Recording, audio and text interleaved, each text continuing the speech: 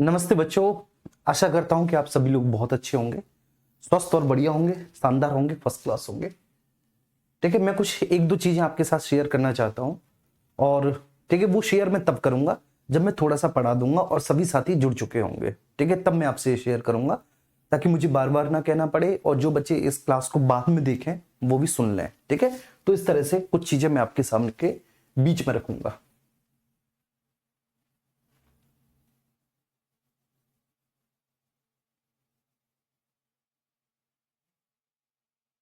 चलिए, ठीक है बेटा, देखो डीपी पढ़ा रहा हूं। ठीक है, अब डीप पढ़ाने का मतलब ये तो है नहीं कि मैं यूपीएससी के पॉलिटी को आपको पढ़ा दूं। अगर आप यूपीएससी की पॉलिटी देखेंगे, जो यूपीएससी के टीचर्स पढ़ाते हैं आईएएस के लिए, ठीक है, अगर उन्होंने पॉलिटी पढ़ाई होगी तो उससे 19 ही पॉलिटी हमने पढ़ाई है। 19 या 20, ज्यादा का भी अंतर नहीं है। ठीक है, और बिल्कुल जो पीसीएस और आरओ की पॉलिटी है तो उसके तो बिल्कुल समकक्ष पढ़ाया है। पीसीएस और आरओ की पॉलिटी से तो इनफैक्ट आप ये बोल दो कि उससे ज्यादा ही पढ़ा दिया है। ठीक है जी, तो ठीक है, कुछ चीजें ठीक है मैं आपके साथ डिस्कस करूंगा। ठीक है, लेकिन बाद में पहले हम स्टार्ट करते हैं राज्य को। आइए, आप सभी लोगों का बहुत बहुत स्वागत है। मजे से पढ़ेंगे, फर्स्ट क्लास तरीके से पढ़ेंगे।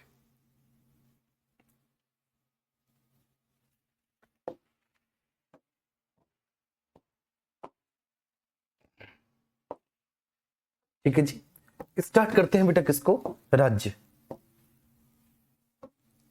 जी। राज्य राज्य के बारे में भारतीय संविधान के भाग 6 में, राज्य के बारे में भारतीय संविधान के इंडियन कॉन्स्टिट्यूशन के भाग 6 में और आर्टिकल 152 से 237 तक में विस्तार है। अब ये जो राज्य है ना, हम इसको राज्य को, ठीक है, भारतीय संविधान में इस राज्य को बेटा कुछ उप विषयों में बांटा गया है, मतलब कुछ अध्यायों में बांटा गया है। भाग 6 के अंतर्गत 6 अध्याय हैं, 1 2 3 4 5 6। ठीक है, तो ध्यान रखना है, ये जो भाग 6 है इसके अंतर्गत 6 अध्याय हैं, 6 चैप्टर्स हैं। सबसे पहला जो चैप्टर है, सबसे पहला जो अध्याय है उसका नाम है साधारण। ये आपको बिल्कुल भी नहीं पढ़ना कॉम्पिटिटिव एग्जामिनेशंस में, और इससे संबंधित आर्टिकल है आर्टिकल 152। ठीक है, जो सबसे पहला जो चैप्टर है, सबसे पहला चैप्टर साधारण है और इससे संबंधित जो आर्टिकल है वो आर्टिकल 152 है। उसके बाद जो दूसरा चैप्टर है वह है कार्यपालिका। जो दूसरा चैप्टर है वो कार्यपालिका है, और कार्यपालिका 153 से आपका 167 तक कार्यपालिका का विस्तार है। तो कार्यपालिका के बारे में जो चर्चा की गई है, कार्यपालिका के बारे में चर्चा की गई है भारतीय संविधान के आर्टिकल 153 से 167 के बीच में। किसके बेटा, 153 से 167 के बीच में कार्यपालिका के बारे में चर्चा की गई है। 153 से 167। उम्मीद करता हूं ये बात आपको बहुत अच्छे से समझ में आ गई होगी। देखिए, अब इसके बाद नेक्स्ट आगे चलते हैं। जो तीसरा अध्याय है वह है राज्य का विधानमंडल। क्या है भैया जी, तो जो तीसरा अध्याय राज्य का विधानमंडल है, राज्य का विधानमंडल है। ये थर्ड चैप्टर है, तीसरा अध्याय है, और ये है आर्टिकल 168 से लेके आर्टिकल 122 तक। ठीक है, राज्य का विधानमंडल तीसरा अध्याय, तीसरा चैप्टर ये है। जो चौथा चैप्टर है, फोर्थ चैप्टर, कौन सा भैया जी, जो आपका चौथा चैप्टर है, चौथा चैप्टर का जो सब्जेक्ट है वो है the legislative powers of governor. राज्यपाल की विधायी शक्तियां, चौथा चैप्टर है। तो चौथा चैप्टर है हमारा राज्यपाल की विधायी शक्तियां, राज्यपाल की विधायी शक्तियां, विधायी शक्तियां, विधायी शक्तियां, और ये है आर्टिकल 123। ओ नहीं, गलत हो गया ना ये तो। आर्टिकल 168 से, सॉरी, आर्टिकल 168 से 212, और राज्यपाल की जो विधायी शक्तियां हैं वो आर्टिकल 213 में है। माफ करना, किसमें है, 213 में राज्यपाल की विधायी शक्तियां। चौथा चैप्टर यही था, राज्यपाल की विधायी शक्तियां। इसके बाद नेक्स्ट पांचवा जो चैप्टर है वह है आपका हाई कोर्ट, उच्च न्यायालय। ये पांचवा चैप्टर है, हाई कोर्ट, उच्च न्यायालय, और इससे संबंधित जो आर्टिकल है वो आर्टिकल है 214 से 232। और उसके बाद छठवां चैप्टर जो है आपका वह है सबऑर्डिनेट कोर्ट्स, अधीनस्थ न्यायालय, अधीनस्थ न्यायालय भैया जी, और इससे संबंधित जो अनुच्छेद है वह आर्टिकल 233 से आर्टिकल 237 है। तो उम्मीद करता हूं कि ये बात आपको बहुत अच्छे से समझ में आ गई होगी। भारतीय संविधान के भाग 6 में आर्टिकल 152 से 237 में राज्य के बारे में चर्चा की गई है। ठीक है, जो इसका पहला चैप्टर है वह साधारण है, ठीक है, आर्टिकल 152 साधारण। दूसरा जो चैप्टर है वह कार्यपालिका है, आर्टिकल 153 से 167। जो तीसरा चैप्टर है वह राज्य का विधानमंडल है, ठीक है, थर्ड चैप्टर। जो चौथा चैप्टर है, ठीक है, वह राज्यपाल की विधायी शक्तियां हैं। जो पांचवा चैप्टर है वह उच्च न्यायालय है, आर्टिकल 214 से 232, ठीक है। और इसके बाद जो छठवां चैप्टर है वो अधीनस्थ न्यायालय है, आर्टिकल 233 से 237। ठीक है, क्लियर है ना? अच्छा, अब मैं आपसे एक बहुत महत्वपूर्ण बात शेयर करना चाहता था, वो ये कि मैं अब 2 घंटे की क्लासेस लूंगा, क्योंकि 28 तारीख से, ठीक है, यूपी पुलिस में मुझे पढ़ाना है ज्योग्राफी। ठीक है, आप सबको पता ही है। खाकी 2.0 में मैंने खाकी 1.0 में पॉलिटी पढ़ाया था, 2.0 में सर ने मुझे ज्योग्राफी दिया है। तो जो भी विषय मिलता है बेटा मैं उसको पढ़ा देता हूं। ठीक है, तो मुझे, ठीक है, आपका सिलेबस उससे पहले कंप्लीट कराना है। ठीक है, 2 घंटे में आपको पढ़ाऊंगा। ठीक है, अगर इस बीच आपकी कोई क्लास है तो प्लीज आप अपनी उस क्लास को या तो बाद में कर लीजिएगा, ठीक है, रिकॉर्डेड वे में, या ठीक है आप मेरी इस क्लास को, यूपीएसआई वाली क्लास को बाद में कर लेना रिकॉर्डेड। ऐसा क्यों? ठीक है, ऐसा इसलिए जैसे कि जो साथी यूपी पुलिस का एग्जाम देंगे, ठीक है ना, मतलब जो एज क्राइटेरिया में आ रहे हैं, जो उसका एग्जाम देंगे, तो उनके एग्जाम, ठीक है ना, से पहले ही नहीं बल्कि, ठीक है, फॉर्म भरने से ही पहले उनकी पॉलिटी कंप्लीट हो जाएगी। ठीक है, तो आपको एक कॉन्फिडेंस भी रहेगा कि भाई मेरी पॉलिटी कंप्लीट होगी। सबको कॉन्फिडेंस तो ये रहने वाला है सबको कि मेरी पॉलिटी कंप्लीट होगी। अब मुझे ज्यादा से ज्यादा प्रीवियस ईयर क्वेश्चंस लगाने हैं, पॉलिटी के नंबर ऑफ क्वेश्चंस लगाने हैं। अब पॉलिटी के नंबर ऑफ क्वेश्चंस कहां से मिलेंगे? तो सर पॉलिटी के नंबर ऑफ क्वेश्चंस हमें पॉलिटी के प्रीवियस ईयर से मिल जाएंगे। ठीक है ना, पॉलिटी के हम एमसीक्यूज की मार्केट में दुनिया भर की किताबें हम उन्हें ला सकते हैं, वहां से हमें मिल जाएंगे। ठीक है, और 1-2 किताब मैं आपको रिकमेंड कर दूंगा कि जितना भी पॉलिटी आपने पढ़ा आप उसकी अच्छी प्रैक्टिस कहां पे कर सके, कैसे कर सके। चलिए, और एक सवाल यह है कि सर यूपीएसआई का बैच लिया है, कांस्टेबल का बैच लेना जरूरी है या इसी से कंप्लीट हो जाएगा? तो देखो आप खुद देख के चलिए, जैसे पॉलिटी तो मेरी कवर हो रही है, इसलिए मैं आपकी पॉलिटी, ठीक है, कवर करा रहा हूं 2-2 घंटे की क्लास लेके, ठीक है, जिससे कि समय पर आपका पॉलिटी का सिलेबस बहुत अच्छे से कंप्लीट हो जाए।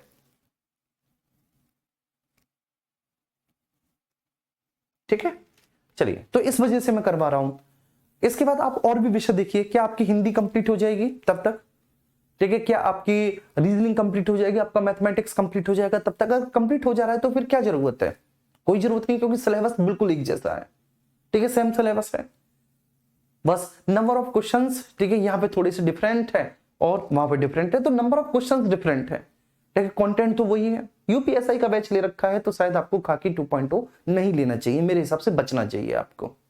ठीक है, क्योंकि बात केवल रुपए पैसों की नहीं है, बात ये भी है कि आप इतना कैसे कंप्लीट कर पाएंगे, आप तैयार कैसे कर पाएंगे। और ये मैं दावे के साथ बोल सकता हूं कि आपका इसी बैच से हो जाएगा। बस आप ये देख लो कि क्या आपका, ठीक है ना, 10 फरवरी तक, ठीक है, जैसे पॉलिटी तो आपका इसी महीने खत्म हो जाएगा, मैं आपको पूरी तरह से आश्वासन कर रहा हूं, बिना किसी जल्दबाजी के, बिना कुछ ऐसा किए, आराम आराम से पढ़ा के पॉलिटी आपका कंप्लीट हो जाएगा। लेकिन मैं 2 घंटे, ठीक है, क्लास लूंगा, क्योंकि आगे मुझे ज्योग्राफी की भी क्लास है और भी मेरी क्लासेस हैं, तो इन क्लासेस को कंप्लीट करके ही मैं फिर नेक्स्ट अगली क्लासेस पे लगूंगा, उन विषयों की क्लासेस पे मैं लगूंगा। ये बात आप लोग सुन लीजिएगा। ठीक है, फिर आप ये देख लो कि हिंदी का भी आपका हो जाएगा, रीजनिंग का भी हो जाएगा, मैथ का भी आपका हो जाएगा, तो फिर क्या जरूरत है? नहीं जरूरत, इसी से हो जाएगा।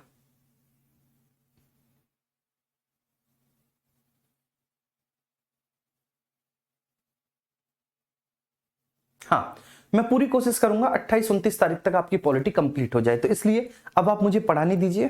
ठीक है, ध्यान रखना। हाँ बेटा, ठीक है, आप मुझे पढ़ाने दीजिए बहुत अच्छे से। ठीक है, मैं आपको पढ़ा रहा हूं। और दूसरा, ठीक है, जो भी पढ़ा रहा हूं बहुत अच्छे से आप उसको समझिएगा, सुनिएगा। और मैं 2 घंटे क्लास लूंगा। बीच में अगर आपकी कोई क्लास है तो बेटा या तो आप, ठीक है, उस क्लास को बाद में ऑफलाइन ले लीजिएगा, ठीक है, बाद में, या फिर आप इस क्लास को ऑफलाइन ले लीजिएगा। ठीक है, ये आपकी इच्छा पे निर्भर करता है, जैसा भी आपको अच्छा लगे। सबसे पहले आइए हम स्टार्ट करते हैं कार्यपालिका से। साधारण में कुछ भी नहीं है, हम कार्यपालिका से स्टार्ट करेंगे। कार्यपालिका के बारे में जिक्र आर्टिकल 153 से 167 में किया गया है। ठीक है जी, चलिए आइए चलते हैं कार्यपालिका की तरफ बाबू।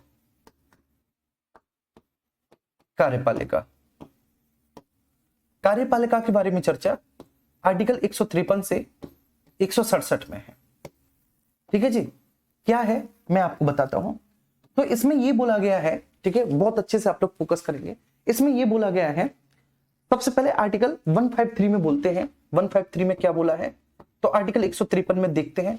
आर्टिकल 153 में बोला है कि प्रत्येक राज्य में एक राज्यपाल होगा। ठीक है, मतलब आर्टिकल 153 में राज्यों के राज्यपाल के बारे में डिस्कस किया गया है। राज्यों के राज्यपाल के बारे में डिस्कस किया गया है और बोला गया है प्रत्येक राज्य में एक राज्यपाल होगा। प्रत्येक राज्य में एक राज्यपाल होगा। राज्य में एक राज्यपाल होगा।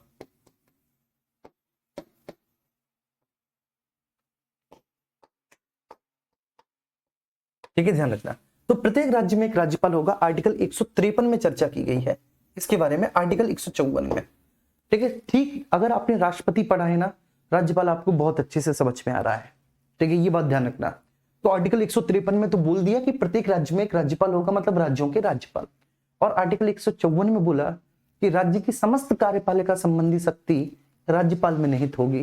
क्या बोला कि राज्य की समस्त कार्यपालिका संबंधी शक्ति राज्यपाल में निहित होगी, जिसका प्रयोग या तो वह स्वयं करेगा या अपने अधीनस्थों के द्वारा करेगा। कुछ याद आया? ठीक है, ठीक वही है जो आर्टिकल 53 में बोला गया था, वही यहां पर आर्टिकल 154 में बोला जा रहा है।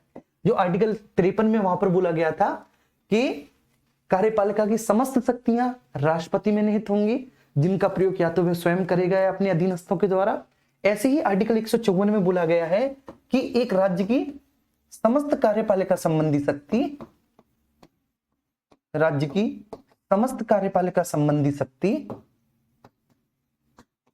राज्य की समस्त कार्यपालिका संबंधी शक्ति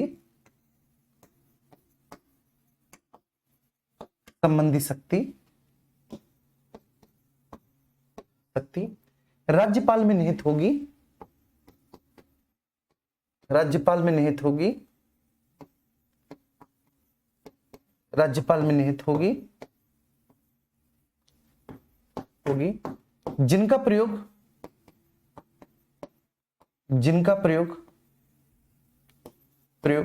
या तो वह स्वयं करेगा,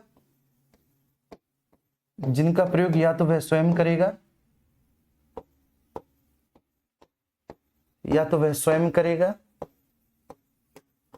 या अपने अधीनस्थों के द्वारा करेगा, या अपने अधीनस्थों के द्वारा करेगा।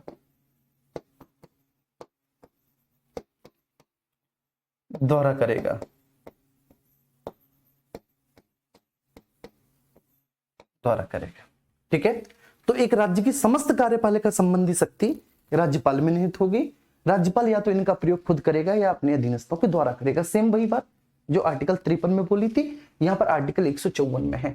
अब आर्टिकल 155 में क्या है बेटा? आर्टिकल 155 में होता है द अपॉइंटमेंट ऑफ गवर्नर, राज्यपाल की नियुक्ति। ठीक है जी, राज्यपाल की नियुक्ति। अब मैं आपको बहुत अच्छे से बताता हूं राज्यपाल की नियुक्ति के बारे में। तो ये जो राज्यपाल की नियुक्ति है ना, राज्यपाल की नियुक्ति कौन करते हैं? राज्यपाल की नियुक्ति बेटा राष्ट्रपति करते हैं। कौन करते हैं बाबू? राष्ट्रपति राज्यपाल की नियुक्ति करते हैं। ये बात हमको और आपको ध्यान रखनी है कि राष्ट्रपति महोदय ऐसा, ठीक है, मंत्रिपरिषद के परामर्श पर ही करेंगे।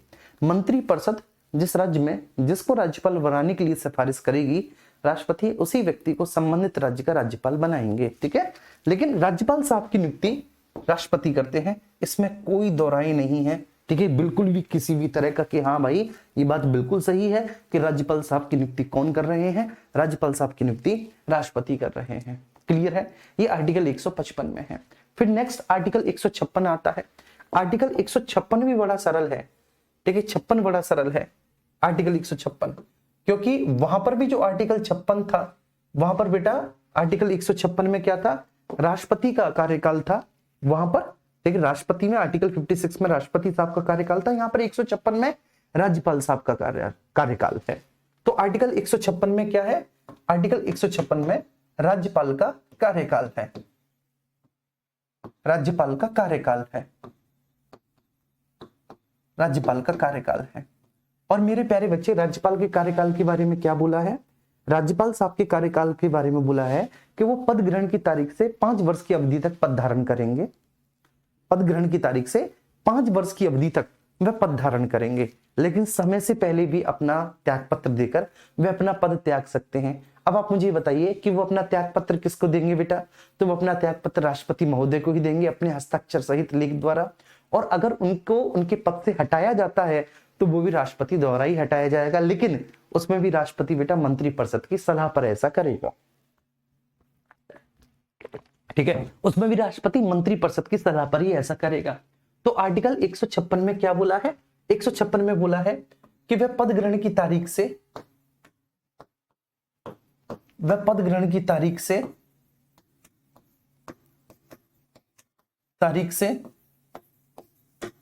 5 वर्ष की अवधि तक 5 वर्ष की अवधि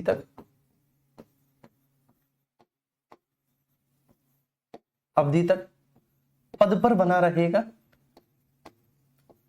पद पर बना रहेगा। पद ग्रहण की तारीख से 5 वर्ष की अवधि तक पद पर बना रहेगा। ठीक है सब, तो वो पद ग्रहण की तारीख से 5 वर्ष की अवधि तक पद पर बना रहेगा। ठीक है, लेकिन वह समय से पहले भी अपना पद त्याग सकता है, त्याग पत्र राष्ट्रपति साहब को देकर। ठीक है ना बच्चे, वह समय से पहले भी अपना पद त्याग सकता है। समय से पहले भी अपना पद त्याग सकता है। वे अपना पद त्याग सकता है।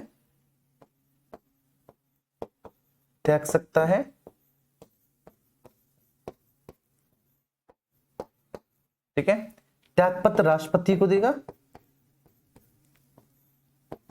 त्यागपत्र राष्ट्रपति को देगा अपने हस्ताक्षर सहित लेख द्वारा। अपने हस्ताक्षर सहित लेख द्वारा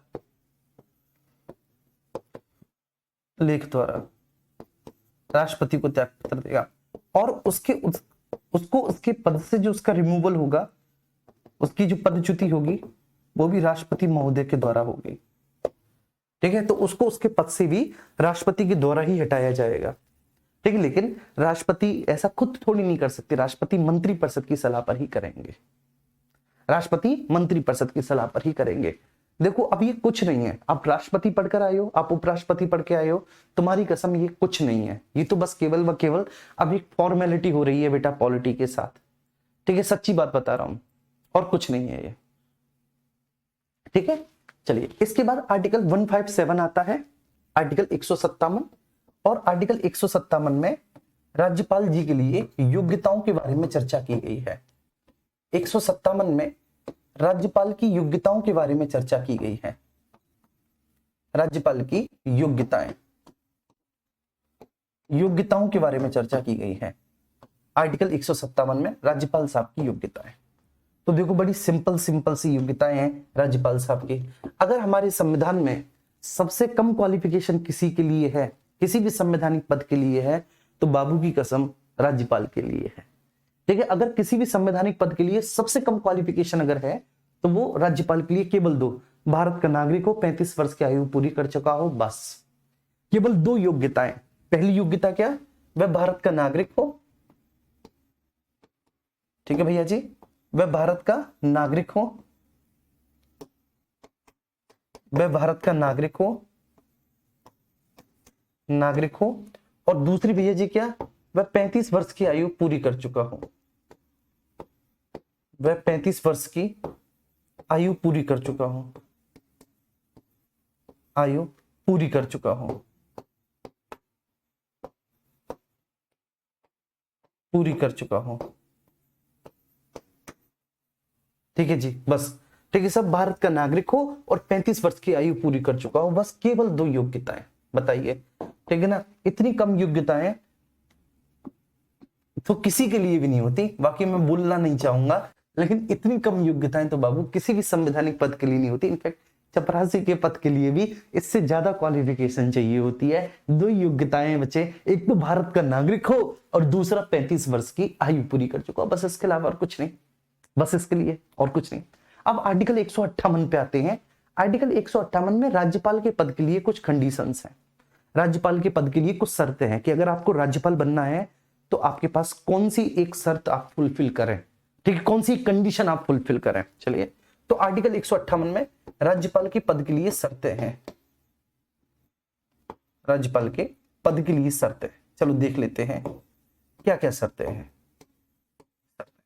तो बेटा राज्यपाल के पद के लिए शर्तें ये हैं कि अगर आप किसी भी राज्य का राज्यपाल बनने का, ठीक है, सोच रहे हैं, ठीक है, या फिर आप किसी भी राज्य का राज्यपाल, किसी भी राज्य का राज्यपाल आप बनने जा रहे हैं, तो आपको पहली कंडीशन तो ये फुलफिल करनी पड़ेगी कि आपको उस राज्य के राज्य विधानमंडल का सदस्य बनने की योग्यता रखनी पड़ेगी। ठीक है, जैसे राष्ट्रपति महोदय के लिए लोकसभा का सदस्य चुने जाने की योग्यता हो, वही व्यक्ति राष्ट्रपति पद के लिए खड़ा हो सकता है जो लोकसभा का सदस्य बनने की क्षमता रखता हो। ठीक वैसे ही राज्यों में राज्यपाल बनने के लिए आपको राज्य विधानमंडल का सदस्य बनने की क्षमता रखनी होगी।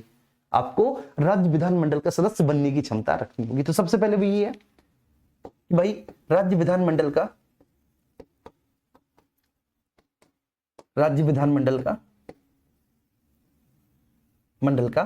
ठीक है सदस्य चुने जाने की योग्यता रखता हो या क्षमता रखता हो, चुने जाने की क्षमता,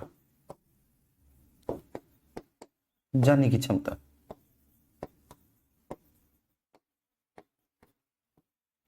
ठीक है जी, राज्य विधानमंडल का सदस्य चुने जाने की क्षमता। और दूसरी क्या है भैया जी शर्त?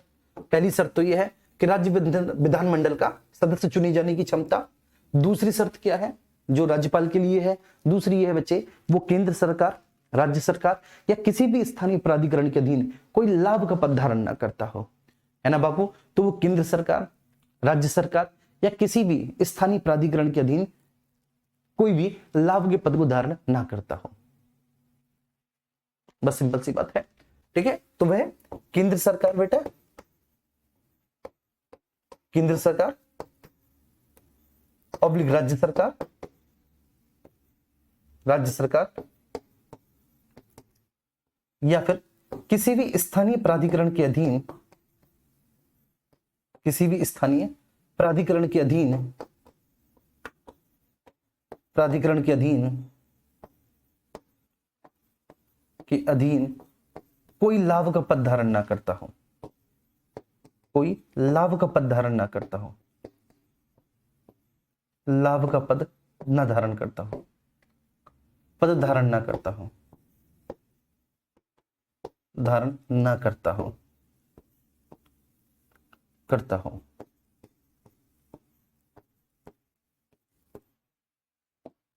ठीक है, ध्यान रखना, कोई लाभ का पद धारण ना करता हो जी बेटा।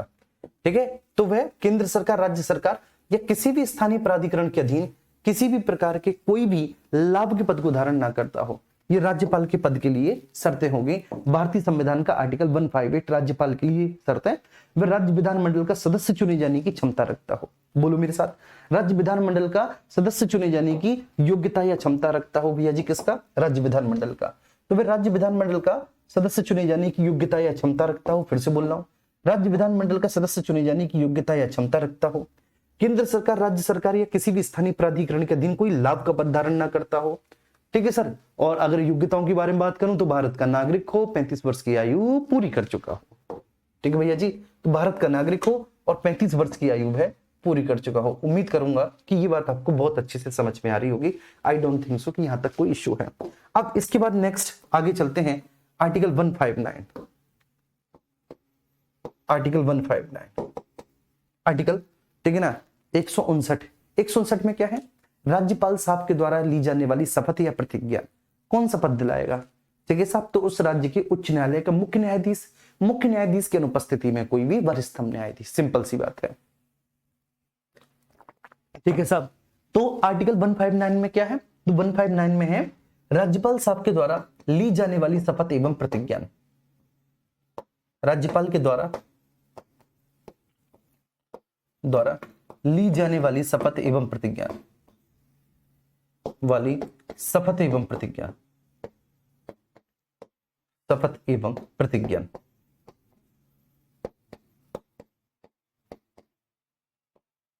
शपथ एवं प्रतिज्ञा। ठीक है, आर्टिकल 159 में बेटा राज्यपाल के द्वारा ली जाने वाली शपथ एवं प्रतिज्ञा के बारे में चर्चा की गई है। अगर आर्टिकल 159 में राज्यपाल के द्वारा ली जाने वाली शपथ एवं प्रतिज्ञा की चर्चा की गई है तो बेटा राज्यपाल को शपथ कौन दिलाएगा? उस राज्य में उच्च न्यायालय का मुख्य न्यायाधीश। मुख्य न्यायाधीश, मुख्य न्यायाधीश। आप सभी को पता है अगर मेरे प्यारे बच्चे मुख्य न्यायाधीश अनुपस्थित है, ठीक है, आप सब जानते हैं अगर मुख्य न्यायाधीश अनुपस्थित है तो मुख्य न्यायाधीश की अनुपस्थिति में वरिष्ठतम न्यायाधीश, उच्च न्यायालय का मुख्य न्यायाधीश,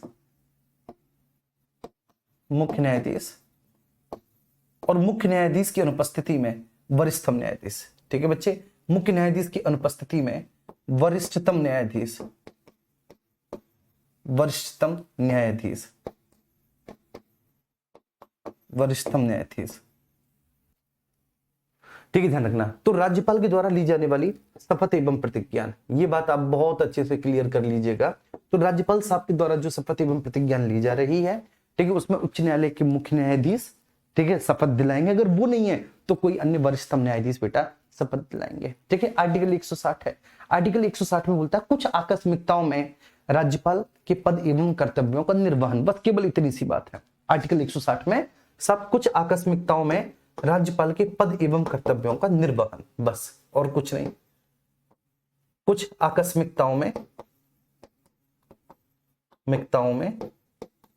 राज्यपाल के पद एवं कर्तव्यों का निर्वहन, राज्यपाल के पद एवं कर्तव्यों का निर्वहन, के पद एवं कर्तव्यों का निर्वहन, कर्तव्यों का निर्वहन। तो इसमें सर क्या है, देखो बेटा, जैसे मान के चलिए निर्वहन, इसमें ये हो जाता है कि जैसे उत्तर प्रदेश के राज्यपाल हैं वर्तमान में, कोई आकस्मिकता हो गई, ठीक है ना, और उस आकस्मिकता की वजह से वो उस समय जो है ना अवेलेबल नहीं है, तो हम उत्तर प्रदेश की बगल वाले किसी भी राज्य के राज्यपाल को कुछ दिनों के लिए उत्तर प्रदेश का भी राज्यपाल बना देंगे। ठीक, कुछ समय के लिए राष्ट्रपति साहब उनको उत्तर प्रदेश का राज्यपाल अपॉइंट कर सकता है, जब तक कि या तो वो पहले वाले राज्यपाल दोबारा से बेटा, ठीक है, अपने ऑफिस में ना आ जाए, या फिर अगर मान के चलिए कि बीच में ही किसी राज्यपाल ने त्यागपत्र दे दिया, ठीक है, या फिर पद पर रहते हुए उनकी मृत्यु हो गई, या फिर किसी भी कारणवश उनका पद खाली है, या फिर वो अनुपस्थित चल रहे हैं, गंभीर बीमारी से जूझ रहे हैं, तो इस केस में जो है ना, ठीक है ना, अगल बगल वाले किसी भी राज्य के राज्यपाल को राष्ट्रपति उस राज्य का राज्यपाल अपॉइंट कर सकते हैं जहां पर पद खाली है। ठीक है, दोबारा से जैसे वो ठीक होकर आ जाते हैं या फिर नए अपॉइंट कर लिए जाते हैं, तो फिर भैया जी जो, ठीक है, बगल वाले राज्य के राज्यपाल बने हुए तो उनसे कह दिया जाएगा साहब okay thank you so much, आप बने रहिए, अब इसका, ठीक है, राज्यपाल नए आ चुके हैं। लेकिन वो जो राज्यपाल है ना, जो दूसरे राज्य के राज्यपाल थे, वो अभी बेसिकली दो राज्यों के एक साथ जो है ना राज्यपाल बने हुए हैं। क्लियर है? तो ये बात ध्यान रखना कि उनको दो, ठीक है, डबल वेतन नहीं मिलेगा, वो एज अ कार्यवाहक राज्यपाल है उस राज्य के जिस राज्य के राज्यपाल अभी अनुपस्थित है। ठीक है, तो इसका मतलब ये नहीं है कि उनको मध्य प्रदेश राज्यपाल के भी वेतन और उत्तर प्रदेश राज्यपाल का वेतन दोनों का मिल रहा, मतलब ऐसा मजे ही आ जाएगा, नहीं, ऐसा हुआ भी है, ऐसा हुआ है, ठीक है ना। मध्य प्रदेश की राज्यपाल कुछ दिनों के लिए उत्तर प्रदेश के राज्यपाल बने रहे हैं, जब आनंदीबेन पटेल उत्तर प्रदेश की राज्यपाल नहीं थी, उससे पहले ऐसा हुआ है। क्लियर है? तो बस इतना ही है, कुछ आकस्मिकताओं में राज्यपाल के पद एवं कर्तव्यों का निर्वहन। ठीक है, अब आर्टिकल 161 है, ये भी आपके सामने डिस्कस करना जरूरी है। आर्टिकल 161 क्या है? आर्टिकल 161 है राज्यपाल की क्षमादान की शक्ति।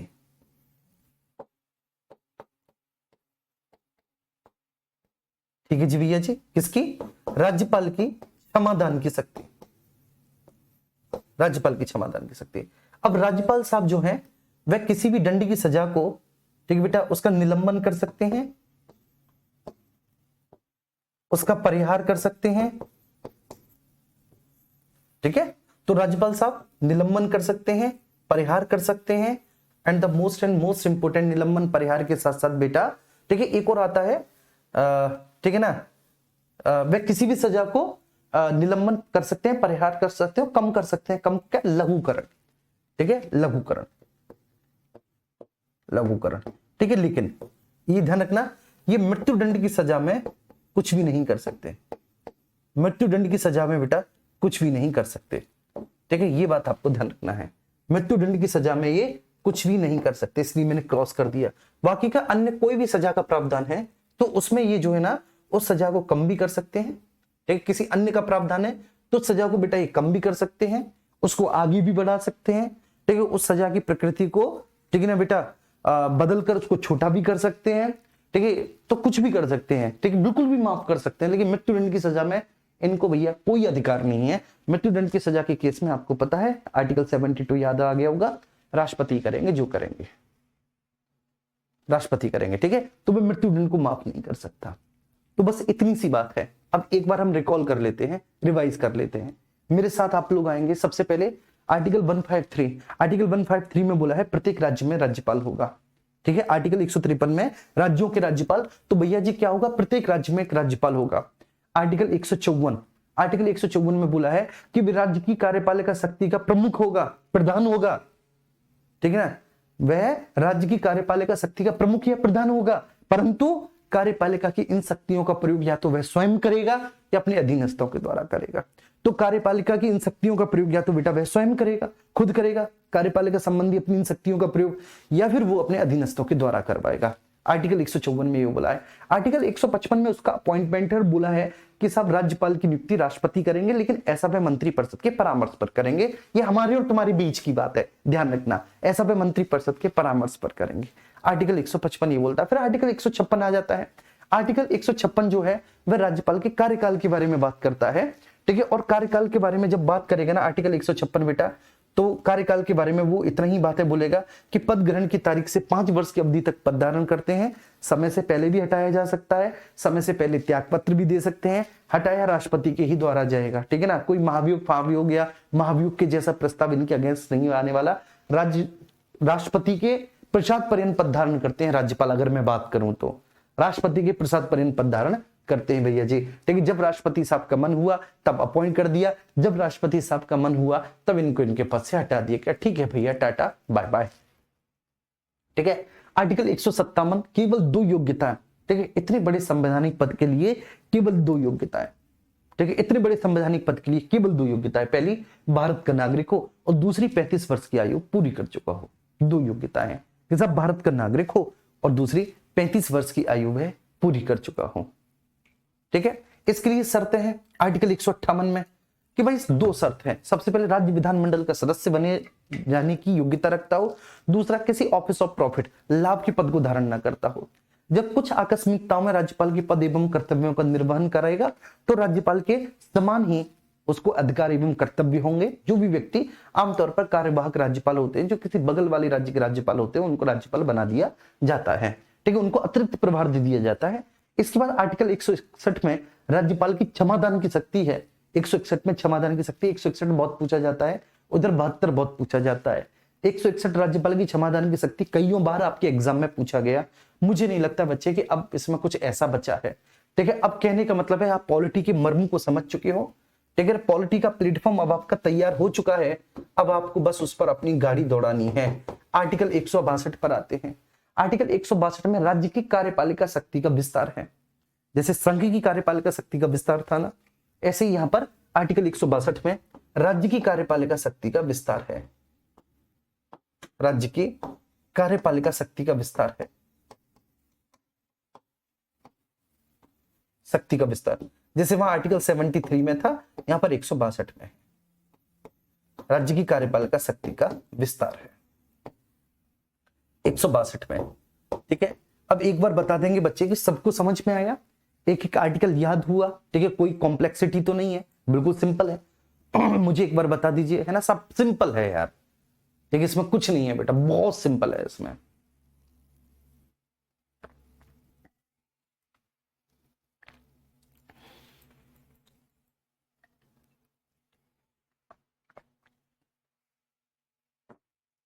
ठीक है, तो आर्टिकल 162 में राज्य की कार्यपालिका शक्ति का विस्तार है।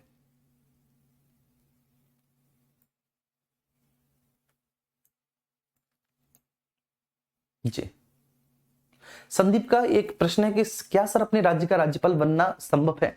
जब कभी भी राष्ट्रपति महोदय राज्यपाल अपॉइंट करते हैं तो इस बात को देखते हैं कि वह व्यक्ति उस राज्य का निवासी ना हो, ठीक है, वह उस राज्य का मूल निवासी ना हो, तो ये वरीयता दी जाती है। लेकिन ये कोई कॉन्स्टिट्यूशनल प्रोविजन नहीं है, ये कोई संवैधानिक प्रावधान नहीं है, ये समझना। राष्ट्रपति साहब जो है ना, इसको देखते हैं और राष्ट्रपति साहब इस बात को देखकर ये ठीक है ना इसको अफर्मेट करते हैं बेटा, इसको ठीक है स्वीकार करते हैं कि वह जिस भी व्यक्ति को जिस राज्य का राज्यपाल बनाना चाह रहा है, बनाने जा रहा है, वह उस राज्य का मूल निवासी ना हो। जी बेटा हो जाए बेटा। मूल विधि मैं नहीं पढ़ाऊंगा, ठीक है ना, मतलब मैंने मूल विधि में पढ़ाऊंगा नहीं, और ना शायद मुझे कोई आदेश अभी तक, ठीक है, आगे मिलेगा तो मैं पढ़ा दूंगा। ठीक है, ऐसे तो मैं रेडियो ऑपरेटर में भी अभी जो आपका ठीक है मानसिक अभी क्षमता है डिसीजन मेकिंग, तो डिसीजन मेकिंग रेडियो ऑपरेटर में जो आपका है ठीक है उसमें मैं 15-16 क्लासेस में ही लूंगा। तो जब नया विषय होता है तो वो मुझे दिया जाता है नए विषय को, ठीक है, और ठीक है मैं पूरी मेहनत भी करता हूं उसमें नए विषय में। चलिए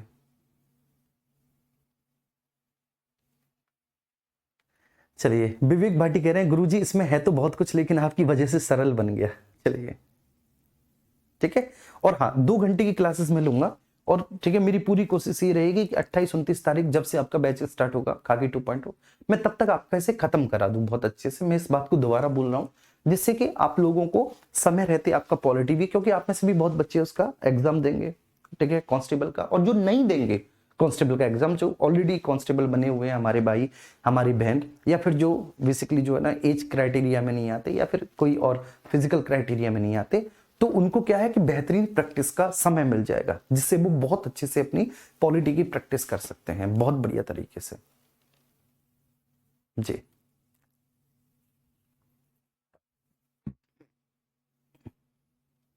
अच्छा, डिसीजन मेकिंग यूपीएसआई में भी है, ठीक है, तो मैं भी पढ़ा दूंगा। अरे फिर तो कोई इशू नहीं है, फिर तो मैं भी पढ़ा दूंगा डिसीजन मेकिंग यूपीएसआई।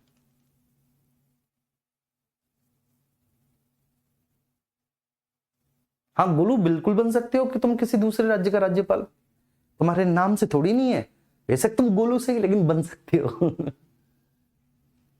चलिए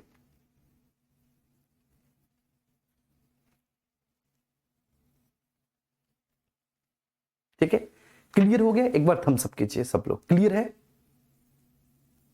ठीक है क्लियर है, एक बार थम्स अप करो सब लोग कि हाँ सर क्लियर हो गया बहुत अच्छे से।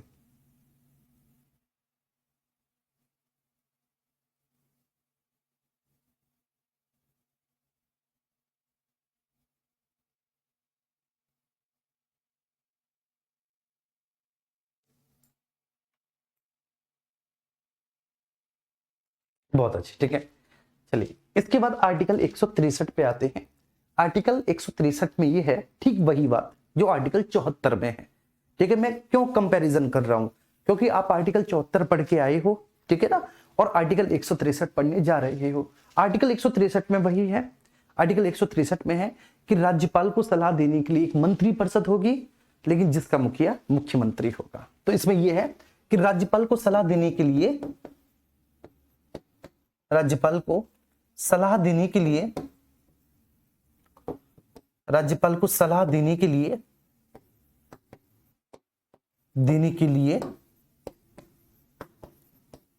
एक मंत्री परिषद होगी, एक मंत्री परिषद होगी, एक मंत्री परिषद होगी जिसका मुखिया मुख्यमंत्री होगा, जिसका मुखिया मुख्यमंत्री होगा। तो राज्यपाल को सलाह देने के लिए एक मंत्री परिषद होगी जिसका मुखिया मुख्यमंत्री होगा, जिसका मुखिया मुख्यमंत्री होगा, मुख्यमंत्री होगा।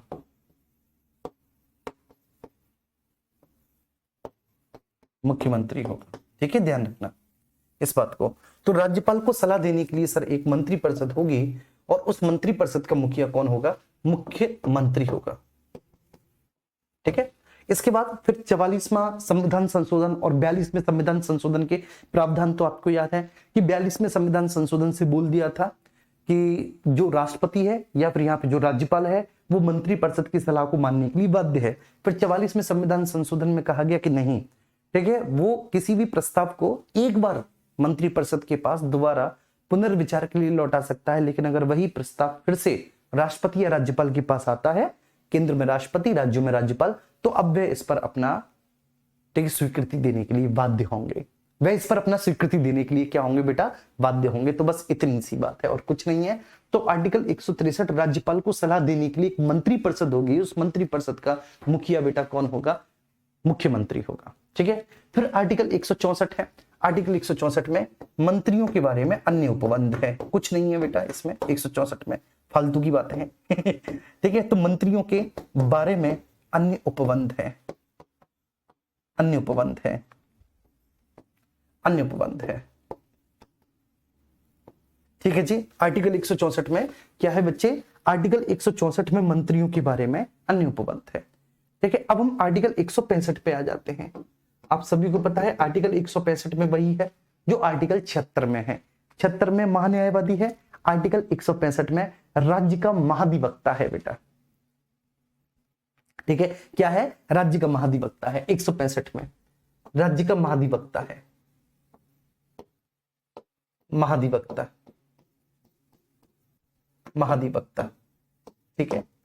इसको कहेंगे सर हम advocate general of state, advocate general of state, state राज्य का महाधिवक्ता। आर्टिकल 165 क्या है सर, आर्टिकल 165 में, आर्टिकल 165 में राज्य का महाधिवक्ता है। बड़े अच्छे से सुनना, राज्य का महाधिवक्ता क्या क्या काम करता है, क्या क्या उसके कार्य होते हैं। राज्य का जो महाधिवक्ता होता है ना बाबू, वो राज्य सरकार का प्रथम विधि परामर्शदाता होता है। जैसे महान्यायवादी है, जैसे महान्यायवादी संघ सरकार का पहला विधि परामर्शदाता या संघ सरकार का वकील है, ऐसे ही महाधिवक्ता जो है, ठीक है ना, जो राज्य का महाधिवक्ता है वो राज्य सरकार का प्रथम विधि परामर्शदाता या राज्य सरकार का वकील है। तो राज्य का महाधिवक्ता, राज्य का महाधिवक्ता राज्य सरकार का, राज्य सरकार का, सरकार का प्रथम विधि परामर्शदाता, राज्य सरकार का प्रथम विधि परामर्शदाता, विधि परामर्शदाता एवं वकील होता है। राज्य सरकार का प्रथम विधि परामर्शदाता एवं वकील है बेटा, एक तरह से वकील होता है, वकील होता है। ठीक है। चलिए, उसकी योग्यता के बारे में बोला गया है कि वह उच्च न्यायालय का न्यायाधीश चुने जाने की योग्यता रखता हो। तो उसकी योग्यता के बारे में क्या है, उसकी योग्यता के बारे में है कि वह उच्च न्यायालय का न्यायाधीश चुने जाने की योग्यता रखता हो। वह उच्च न्यायालय का न्यायाधीश चुने जाने की योग्यता रखता हो, न्यायाधीश चुनी जाने की योग्यता रखता हो, चुनी जाने की योग्यता रखता हो, योग्यता रखता हो।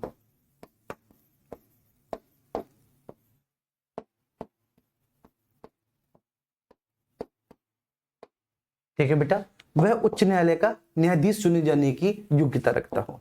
अच्छा, उसके कार्यकाल के बारे में बोला गया है, कार्यकाल के बारे में बोला गया है बेटा कि वह राज्यपाल के प्रसाद पर्यंत पद धारण करेगा, प्रसाद पर्यंत पद धारण करेगा, पद धारण करता है, राज्यपाल के प्रसाद पर्यंत पद धारण करता है, पद धारण करता है वह। ठीक है, ध्यान रखना। तो उसके कार्यकाल के बारे में क्या बोला है बाबू, उसके कार्यकाल के बारे में बोला है कि वह राज्यपाल के प्रसाद पर्यंत पद धारण करता है। योग्यता, कार्यकाल, ठीक है ना, सेम वही है जो महान्यायवादी वाली है। बस महान्यायवादी में योग्यता क्या थी कि वह सुप्रीम कोर्ट का जज बने जाने की योग्यता रखता हो। महान्यायवादी में क्या थी बेटा योग्यता कि वह सुप्रीम कोर्ट का जज, ठीक है, चुने जाने की योग्यता रखता हो। और यहाँ क्या है, हाई कोर्ट का जज चुने जाने की योग्यता रखता हो। कार्यकाल वहां पर वो राष्ट्रपति के प्रसाद पर्यंत, यहाँ पर बच्चे राज्यपाल के प्रसाद पर्यंत। ऑब्वियस सी बात है सर, अपॉइंट भी किसके द्वारा होगा, राज्यपाल के द्वारा। नियुक्ति भी किसके द्वारा होगी, राज्यपाल के द्वारा होगी। और राज्यपाल बच्चे जो है ना, ये नियुक्ति मंत्री परिषद की सलाह पर करेगा। जो राज्य की मंत्री परिषद कहेगी, राज्यपाल उसी मंत्री परिषद की सलाह पर इसकी नियुक्ति करेगा। ठीक है, कार्यकाल चलिए संविधान में निश्चित है नहीं, योग्यता जरूर निश्चित है। ठीक है, नियुक्ति के बारे में ये बोला गया है, बस इतनी सी बात है।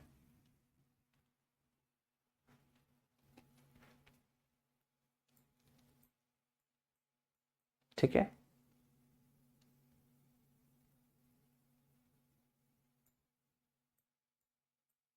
अरे बोलो यार, है ना बच्चे, ठीक है, क्लियर है ना। नियुक्ति राज्यपाल के द्वारा, कार्यकाल राज्यपाल के प्रसाद पर्यंत पद धारण करता है, संविधान में निश्चित है ही नहीं। और वेतन बेटा, देखिए इसका वेतन भी संविधान में निश्चित नहीं है, ठीक है, ध्यान रखना। वेतन के बारे में भी यही है कि वेतन निश्चित नहीं, फिर भी हाई कोर्ट के जज के समान मिलता है। वेतन निश्चित नहीं है, वेतन निश्चित नहीं है, लेकिन फिर भी हाई कोर्ट के जज के समान वेतन मिलता है। हाई कोर्ट के जज के समान वेतन मिलता है, जज के समान वेतन मिलता है, समान वेतन मिलता है।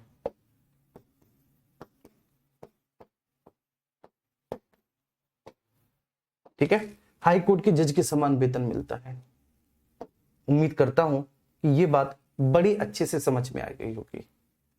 ठीक है, समझ में आ गई ना बेटा। हाई कोर्ट के जज के समान वेतन मिलता है। आर्टिकल 165 में राज्य का महाधिवक्ता है, एडवोकेट जनरल ऑफ स्टेट है, उसके बारे में हमने बहुत अच्छे से चर्चा की।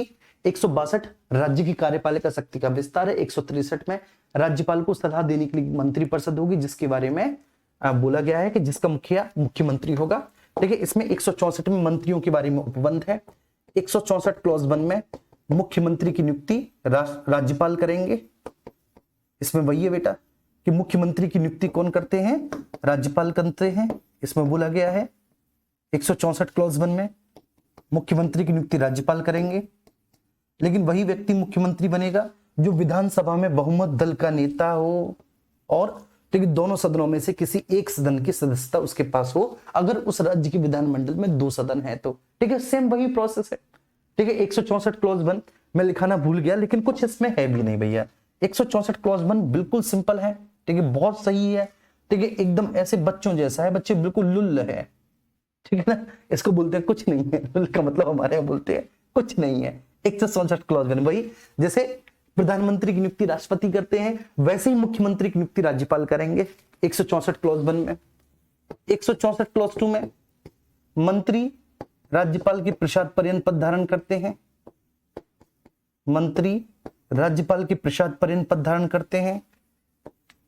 मंत्री राज्यपाल के प्रसाद पर्यंत पद धारण करते हैं, पद धारण करते हैं, पद धारण करते हैं।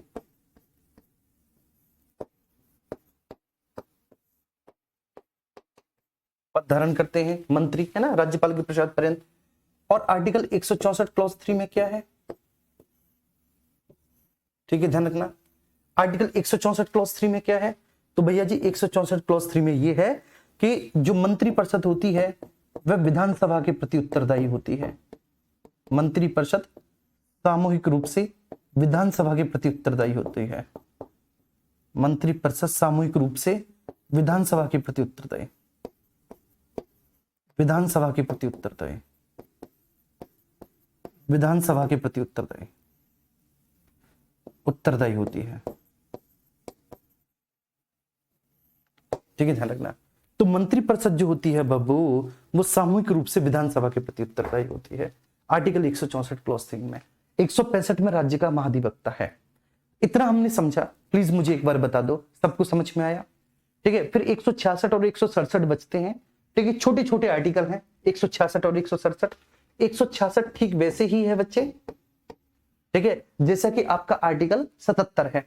आर्टिकल 77 166, आर्टिकल 78 167 सेम वही। ठीक है, जैसे आर्टिकल 77 में क्या था, तो आर्टिकल 77 में था संघ की सरकार का कार्य संचालन, तो ऐसी राज्य की सरकार का कार्य संचालन 166 में है। ठीक है, इसमें क्या है बेटा 166 में, राज्य सरकार का कार्य संचालन या राज्य की सरकार का कंडक्ट ऑफ ड्यूटीज, राज्य की सरकार का कार्य संचालन 166 में है। कार्य संचालन 166 में, राज्य की सरकार का कार्य संचालन आर्टिकल 166 में है। और आर्टिकल 167 में क्या है, जैसे वहां पर था ना कि सब सदनों में महान्यायवादी और मंत्रियों के अधिकार, ऐसे यहां पर सदनों में महाधिवक्ता और मंत्रियों के अधिकार, महाधिवक्ता और मंत्रियों के अधिकार, मंत्रियों के अधिकार, मंत्रियों के अधिकार, अधिकार। ठीक है, और इस तरह से बच्चे ये खत्म हुआ। ठीक है, पूरी की पूरी जो कार्यपालिका है, एक राज्य की कार्यपालिका, बड़ी आराम से यहां पर खत्म हो जाती है, राज्य की कार्यपालिका। अब स्टार्ट होगा आर्टिकल 168 से राज्य का विधानमंडल। आर्टिकल 168 और यहां से बेटा स्टार्ट होगा राज्य का विधानमंडल। असली मजा तो राज्य के विधानमंडल में है।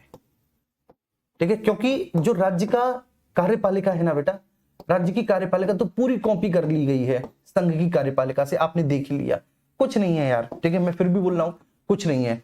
और जब मैं आपको संघ की कार्यपालिका पढ़ा रहा था, मैं क्यों बोल रहा था बार बार कि संघ की कार्यपालिका को बहुत अच्छे से पढ़ना मेरे प्यारे बच्चे। क्यों मैं बार बार बोल रहा था, क्यों?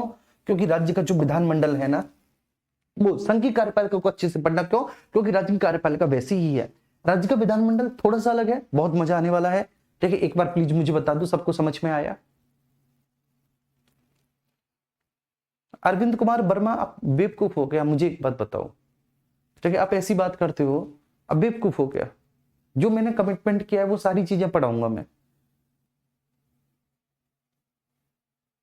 है ना। 1 घंटे की क्लास हो गई बेटा, पता नहीं चला कब हो गई। ठीक है ना। आर्टिकल 153 से लेकर और आर्टिकल 167 तक के बीच में 1 घंटा कब निकल गया, और एक एक आर्टिकल को डिटेल से पढ़ भी लिया, जान भी लिया, समझ भी लिया, क्लास में याद भी कर लिया।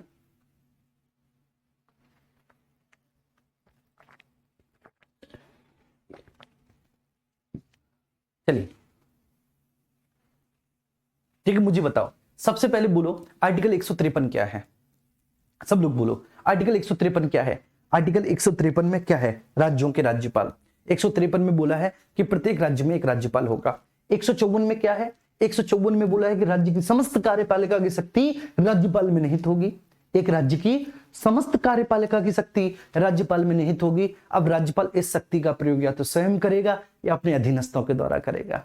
राज्यपाल बेटा इस शक्ति का प्रयोग या तो स्वयं करेगा या अपने अधीनस्थों के द्वारा करेगा। किसमें बोला गया है? आर्टिकल 154 में। फिर आर्टिकल 155 में राज्यपाल की नियुक्ति राष्ट्रपति करते हैं, लेकिन राष्ट्रपति ऐसा मंत्रिपरिषद की सलाह पर करेंगे। ठीक है, फिर आर्टिकल 156 आ जाता है। आर्टिकल 156 में वही है जो 56 में है, मतलब राज्यपाल का कार्यकाल। ठीक है, तो कार्यकाल के बारे में बोला है कि पद ग्रहण की तारीख से 5 वर्ष की अवधि तक वे पद धारण करेंगे। वे अपना त्यागपत्र राष्ट्रपति को भी दे सकते हैं अपने हस्ताक्षर सहित लेख द्वारा, और उनको उनके पद से पहले भी हटाया जा सकता है कार्यकाल की समाप्ति से पहले। किसके द्वारा? राष्ट्रपति के द्वारा। हालांकि राष्ट्रपति ऐसा मंत्रिपरिषद की सलाह पर करेंगे। फिर नेक्स्ट, ठीक है, आगे हम चलते हैं बेटा आर्टिकल 157। ठीक है, जब हम आर्टिकल 157 पर आते हैं, यहां से मैं आपको दिखाना चाहूंगा। आर्टिकल 157 पर जब हम आते हैं तो आर्टिकल 157 उनकी योग्यताएं हैं। 2 योग्यताएं हैं। एक पहली, ठीक है, भारत के नागरिक हों, कैसे भी हों, ठीक है, डज नॉट मैटर, भारत के नागरिक हों और 35 वर्ष की आयु पूरी कर चुके हों। ठीक है, केवल 158 में उनके लिए शर्तें हैं। एक तो उस राज्य का विधानसभा का सदस्य चुने जाने की योग्यता रखते हो, मतलब एमएलए बनने की योग्यता रखते हो, और किसी भी ऑफिस ऑफ प्रॉफिट को धारण ना करते हो। इनके बाद इनके द्वारा ली जाने वाली शपथ उस उच्च न्यायालय के, उस राज्य के उच्च न्यायालय के मुख्य न्यायाधीश के द्वारा इनको शपथ दिलाई जाएगी। तो उस राज्य के, ठीक है, उच्च न्यायालय के मुख्य न्यायाधीश के द्वारा इनको शपथ दिलाई जाएगी। अगर वो अनुपस्थित हैं तो वरिष्ठतम न्यायाधीश इनको शपथ दिलाएगा। ठीक है, लता कुमारी क्या डाउट है तुम्हारा वे? ठीक है ना। और ये क्या बात हुई तुम्हारी लता? लता, तुम नाम तुम्हारा अच्छा है लेकिन तुम्हारे शब्द ऐसे, ठीक है, बाण चलाने वाले हैं।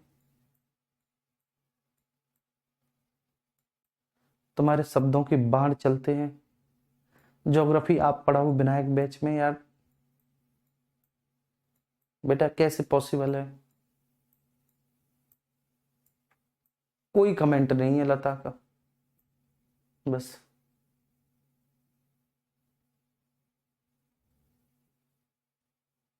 हाँ, ओम ऐसा ही कह रहे हैं, सर मैं बेवकूफ हूं जो कमेंट करता हूं, अपना डाउट पर नो रिप्लाई। बिल्कुल बेवकूफ हो।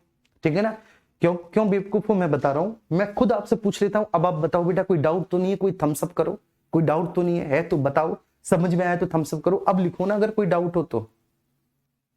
ठीक, इसलिए मैं पढ़ा रहा हूं और मैं बीच में तुम्हारा डाउट भी देखूं और मैं पढ़ाने से डिस्ट्रैक्ट होकर तुम्हारी डाउट का रिप्लाई करूं यार, ऐसे थोड़ी नहीं हो सकता।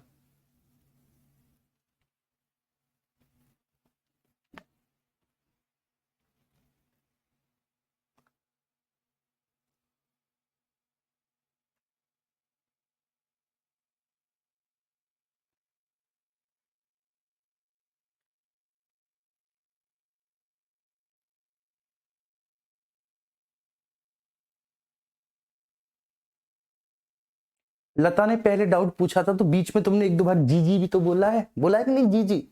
जब तुम जी बोल रही हो, थम्स अप कर रही हो, तो मुझे कैसे लगेगा कि तुम्हारा डाउट है लता?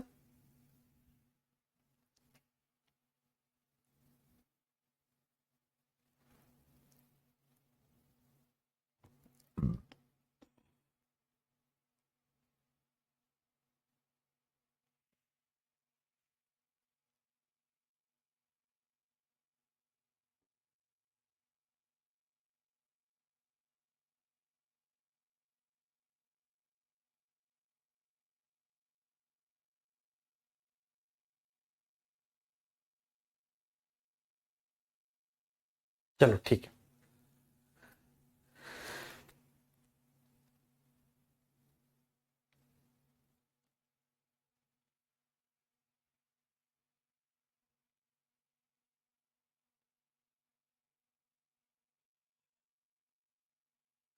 कोई डाउट नहीं, ठीक है। अब मैं पढ़ा रहा हूं, अब इधर देखिए, है ना, ये हो गया। तो राज्यपाल के द्वारा जो ली जाने वाली शपथ है ना बच्चे, उसको उच्च न्यायालय के मुख्य न्यायाधीश या उनकी अनुपस्थिति में वरिष्ठतम न्यायाधीश उनको शपथ दिलाएंगे। आर्टिकल 160 है, बोलता है कुछ आकस्मिकताओं में राज्यपाल के पद एवं कर्तव्यों का निर्वहन। तो आर्टिकल 160 में बोला है कुछ आकस्मिकताओं में राज्यपाल के पद एवं कर्तव्यों का निर्वहन, ठीक है, तो वो मैंने आपको बता दिया। आर्टिकल 161 में राज्यपाल साहब की क्षमादान की शक्ति है, और जो आर्टिकल 161 में उनकी क्षमादान की शक्ति है, तो उनकी क्षमादान की शक्ति के बारे में बिल्कुल क्लियर बोला गया है कि वो किसी भी बच्चे उसका, ठीक है ना, सजा का निलंबन, परिहार और लघुकरण कर सकते हैं, ठीक है, क्षमादान की शक्ति है। इसके बाद नेक्स्ट आर्टिकल 162 है। आर्टिकल 162 में राज्य की कार्यपालिका शक्ति का विस्तार है। 162 में 163 में बेटा राज्यपाल को सलाह देने के लिए मंत्रिपरिषद होगी, जिसका मुखिया मुख्यमंत्री होगा, ठीक है। 163 में मंत्रियों के बारे में उपबंध है, जिसमें बोला है कि मुख्यमंत्री की नियुक्ति राज्यपाल करेंगे। अब सेम वही बात है, वह विधानसभा में बहुमत दल के नेता को मुख्यमंत्री चुनेंगे, है ना, वह विधानसभा में बहुमत दल के नेता को क्या चुनेंगे बेटा? मुख्यमंत्री चुनेंगे। बाप रे, कितने सारे कमेंट है, हाइड करता हूं इनको कमेंट्स को, ऐसे तो मैं पढ़ा ही नहीं पाऊंगा, है ना। तो वो बहुमत दल के नेता को मुख्यमंत्री चुनेंगे, और ये देख लेंगे कि मुख्यमंत्री, ठीक है, या तो दोनों सदनों के सदस्य हों, किसी एक के सदस्य हों, मतलब दोनों में से किसी एक सदन के वो सदस्य हों। अगर उस राज्य में 2 सदन है तो, ठीक है, तो अगर उस राज्य की विधानमंडल में 2 सदन है, विधानसभा भी है, विधान परिषद भी है ना जी, तो वे दोनों में से किसी एक के सदस्य होने चाहिए, या फिर एक ही सदन है तो एक सदन के सदस्य हो वो, जैसे विधानसभा है केवल निम्न सदन है तो विधानसभा के सदस्य हो। अगर वह नहीं है कोई बात नहीं, फिर भी ठीक है, उनको मुख्यमंत्री नियुक्त किया जा सकता है, और उनसे कहा जा सकता है कि वो 6 महीने के भीतर, अगर 2 सदन है तो दोनों में से किसी एक की सदस्यता ले लें, और एक ही सदन है तो बेटा उस एक सदन की वो सदस्यता 6 महीने के भीतर ले लें, ठीक है जी। अब 164 हो गया। 165 में राज्य का महाधिवक्ता है, राज्य सरकार का विधि परामर्शदाता होता है, वकील होता है। अगर आपने राज्य सरकार के खिलाफ केस कर दिया तो आपकी तरफ से आपका वकील, उधर से राज्य सरकार का वकील आता है बेटा, ठीक है, लड़ने के लिए, ये ध्यान रखना, ठीक है सर। इसके बाद कार्यकाल की बात करें तो वह राज्यपाल के प्रसाद पर्यंत ही पद धारण करेगा, कोई निश्चित कार्यकाल नहीं है, ना वेतन निश्चित है। हालांकि वेतन उच्च न्यायालय के न्यायाधीश के बराबर मिलता है। नियुक्ति राज्यपाल के द्वारा होती है, मंत्रिपरिषद के परामर्श पर होती है। मैंने लिखा नहीं है, तुम खुद लिख लेना अपनी राइटिंग में, ठीक है ना। मेरा लिखना सही नहीं लगता, क्यों नहीं लगता? क्योंकि ऐसा संविधान में नहीं लिखा हुआ, लेकिन मंत्रिपरिषद का परामर्श होता है, ठीक है, ध्यान रखना। मंत्रिपरिषद और मुख्यमंत्री के परामर्श पर ही करता है। आर्टिकल 167 में सदनों में महाधिवक्ता और मंत्रियों के अधिकार होते हैं, क्लियर है? ओ सॉरी, आर्टिकल 167 में, सॉरी सॉरी सॉरी, आर्टिकल 167 में नहीं, सदनों और महाधिवक्ता के वो नहीं है। आर्टिकल 167 में क्या है बेटा? आर्टिकल 167 में मुख्यमंत्री का यह कर्तव्य है कि मुख्यमंत्री राज्यपाल को समय समय पर कार्यपालिका की जानकारी देते रहे। माफ करना बेटा, सॉरी, ठीक है। तो 167 में मुख्यमंत्री के कर्तव्य है, मुख्यमंत्री के कर्तव्य है, ठीक है ना, कि वह राज्यपाल को ठीक है समय समय पर कार्यपालिका संबंधी प्रश्नों की जानकारी देते रहे, कार्यपालिका संबंधी प्रश्नों की जानकारी देते रहे, प्रश्नों की जानकारी देते रहे।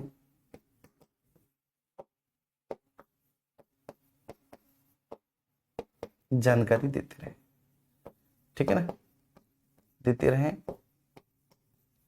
ठीक है। और सदन के भीतर अगर किसी संबंधित मंत्री से किसी भी सदस्य ने कोई भी प्रश्न पूछा है तो वे उस प्रश्न का जवाब दें, ऐसे नियम कानून बनाए। ये है, कुछ नहीं है, ठीक है। मोस्ट एक्साइटमेंट आर्टिकल 168 है, राज्य का विधानमंडल। अब राज्य के विधानमंडल को बहुत अच्छे से समझेंगे, है ना। अब ये समझने वाली चीज है, इसको बड़ी बारीकी से, बड़ी अच्छे से, बड़े इत्मीनान से समझेंगे आर्टिकल 168 को।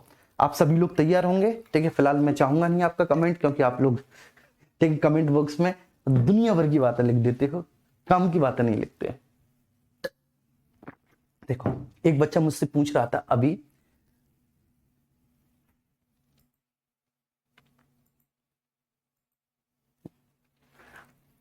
तो एक स्टूडेंट का अभी वो आया था, एक कमेंट आया था कि सर कुछ ऐसा बताओ कि बहुत मोटिवेशनल हो, मतलब कल से मेरा पढ़ने का मन करने लग जाए, मैं दिन रात अपनी किताबों में बिता दूं, ऐसा कुछ बोलो, कुछ ऐसा मोटिवेशनल बोलो। तो देखो मैं तुम्हें एक बात बताऊं यार, तुम्हें मोटिवेशन की जरूरत पड़ती क्यों है, मुझे एक बात बता दो सिंपल सा। तुम्हें रोजाना भूख लगती है, तुम खाना खाते हो और खाने की व्यवस्था कर ही लेते हो, है ना। तो भूख लगने के लिए क्या किसी मोटिवेशन की जरूरत है? नहीं ना, वो भूख लगती है, वो एक नियम है कि आपको भूख लगी, ठीक है, आपने खाने के लिए अपनी व्यवस्था करनी स्टार्ट कर दी, खाना खोजा, अगर ढंग से अवेलेबल है तो खा लिया, नहीं है तो उसके लिए मेहनत की, है ना। 2 वक्त की रोटी का आपने इंतजाम कर ही लिया, हो गया सर बाप से। ऐसी आपकी और भी बहुत सारी डेली ऐसी चीजें हैं जिनके लिए आपको किसी भी मोटिवेशन की आवश्यकता नहीं पड़ती, है ना। तो जो आपकी दिनचर्या है, जैसे कि आपको रील्स देखने के लिए किसी प्रकार के मोटिवेशन की कोई आवश्यकता है नहीं, या आप फोन चलाने के लिए कोई मोटिवेशन आपको चाहिए नहीं, आप चला ही लेते हो। कोई भी मूवी आए जैसे तैसे टिकट की व्यवस्था करके दोस्तों के साथ देखने चले ही जाते हो। जब पार्टी करने का मन हुआ, किसी दोस्त का बर्थडे हुआ, तो भैया कैसे भी काउंटी वगैरह करके व्यवस्था कर ही लेते हो, केक फेक लाने की। जब इन सब चीजों में तुम अपनी व्यवस्था कर लेते हो, व्यवस्था बना लेते हो, तो बस मुझे एक छोटी सी बात बताओ कि तुम अपनी पढ़ाई के लिए खुद से अपनी व्यवस्था क्यों नहीं बना पाते? उसके लिए तुम्हें अलग से मोटिवेशन की क्या जरूरत पड़ती है? एक बात बता दो यार, ठीक है। क्या वास्तव में तुम इतने छोटे हो अभी कि तुमको पढ़ाने के लिए, तुमको पढ़ने के लिए मोटिवेट करना पड़े? मैं मानता हूं कि सभी की परिस्थितियां एक जैसी नहीं होती, ठीक है, ना ही आर्थिक रूप से, ना ही सामाजिक रूप से, ना ही राजनीतिक, ना ही सांस्कृतिक, ना ही मानवीय, ठीक है। सबकी स्थितियां, परिस्थितियां अलग अलग होती हैं, मैं मानता हूं, लेकिन फिर भी सबका अंतिम लक्ष्य तो यही है ना, एग्जाम। हम सबका अंतिम लक्ष्य ये है कि एक एग्जाम लेके एक वेल प्रेस्टिजियस, एक अच्छी खासी हम नौकरी ले लें, और फिर हमें पता ये कि नौकरी लेने के बाद हम माँ बाप का नाम तो बेटा बाद में रोशन करेंगे। और एग्जैक्टली सही बात तो ये है कि एक सरकारी नौकरी जो है ना, वो 3 जनरेशन को डायरेक्टली अफेक्ट करती है। एक आपकी खुद की अपनी, ठीक है, पूरी जिंदगी, जिसमें आप एक अच्छा जीवन जीने वाले हैं, आपकी जीवन के स्तर की जो गुणवत्ता है वो बहुत जबरदस्त रहने वाली है। दूसरा, जो आपकी आने वाली संतति है, ठीक है, आपके बच्चे, उनको आप एक अच्छी लाइफ प्रॉमिस कर पाएंगे, एक अच्छी लाइफ आप उनको दे पाएंगे, टेक क्वालिटी ऑफ लाइफ। और दूसरा, ठीक है, आपके माँ बाप। हालांकि माँ बाप, ठीक है, बोलते हैं ना मोटिवेशन के लिए, मोटिवेशन स्पीकर बोलते हैं कि अपने लिए नहीं तो अपने माँ बाप के लिए करो। अरे अपने माँ बाप के लिए तो आप तब करोगे ना जब आप अपने लिए कर लोगे, ठीक है। माँ बाप भूखे नहीं है तुम्हारी नौकरी की, बात ध्यान रखना, ठीक है। वो सक्षम है, अगर वो तुम्हें पढ़ा लिखा के और यहां तक पहुंचा सकते हैं और इतनी तुम्हारे लिए वो व्यवस्था कर सकते हैं कि आपको वो कब से लगातार पढ़ा ही रहे हैं अपने खर्चों पर, तो वो मोहताज नहीं है, ठीक है। अपने लिए कर लो। वो बस यही चाहते हैं कि माँ बाप से पूछो तो वो, उनको ये उम्मीद नहीं है कि तुम, ठीक है, पैसे वाले बन जाओगे तो आप उनके बुढ़ापे का सहारा बनोगे। वो सबसे पहले यही कहेंगे कि भाई पहले प्लीज तू अपने लिए कुछ कर ले, तू खुद पैरों पे खड़ा हो जा, मैं तुझे पैरों पे खड़ा होता हुआ देखना चाहता हूँ। उसके बाद मैं सुकून से ऊपर चला जाऊंगा, फिर मेरी आत्मा बस यही सोच के खुश रहेगी कि चलो मेरा बेटा पैरों पे खड़ा हो गया, वो अपने लिए, अपने परिवार के लिए, अपने बच्चों के लिए कुछ कर सकता है ना। तो उसके लिए कोई मोटिवेशन की जरूरत नहीं है यार, ठीक है। पढ़ाई ऐसा नहीं है कि आज मोटिवेट हो गए।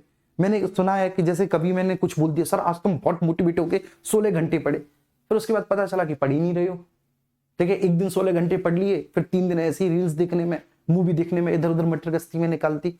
ऐसी पढ़ाई का भी कोई मतलब नहीं है यार, ठीक है। कंटिन्यूटी हो, ठीक है, डेली पढ़ो, 4 घंटे पढ़ो, 5 घंटे पढ़ो, लेकिन कंटिन्यूटी के साथ पढ़ो, ठीक है। और मैं ये नहीं कह रहा कि आप टाइम टेबल बना के जो है ना दीवारों पे चिपका लो, ठीक है, या फिर आप ऐसे वर्दी फर्दी कैप फैप कहीं से खरीद लाओ, पुलिस की दुकान से कहीं से कोई, ठीक है, जो यूनिफॉर्म वर्दी कैप रख दो और उससे आपको मोटिवेशन मिले, नहीं। जस्ट क्रैक द एग्जाम, आपको एग्जाम क्रैक करना है, आपके अंदर से वो आना चाहिए यार, ठीक है, आपके अंदर से वो आना चाहिए। आपके अंदर से अगर आ रहा है, आपका पढ़ने का मन कर रहा है, आप सही दिशा में हो। और अगर देखो, मैं उन सबको बोलना चाहूंगा जो कह रहे हैं ना कि मोटिवेशन की कमी है, वो आग नहीं है मेरे अंदर, तो अभी आप बहुत दूर हो, बहुत दूर हो सफलता से। इसलिए जाग जाओ, ठीक है। और वो आपके अंदर आग कैसे जलेगी वो आपको खुद पता है, कोई और नहीं बता सकता आपको, दुनिया का दूसरा व्यक्ति कोई भी नहीं बता सकता, ठीक है। ध्यान रखना है इस बात को। चलो, तो ये आपके सवाल का जवाब रहा जो आप बोल रहे थे कि सर कुछ मोटिवेट कर दीजिए।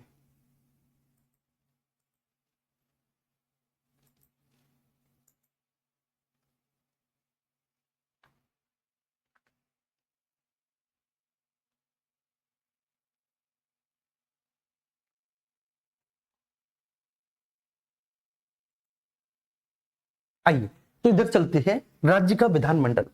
भारतीय संविधान के आर्टिकल 168 में राज्य के विधानमंडल के बारे में जिक्र किया गया है। इसमें यह बोला गया है कि राज्य का जो विधानमंडल होगा, ठीक है ना, इसमें दो अंग होंगे, सॉरी, दो सदन होंगे और इसके तीन अंग होंगे। इसमें भी यही बोला गया कि राज्य के विधानमंडल में दो सदन और तीन अंग होंगे।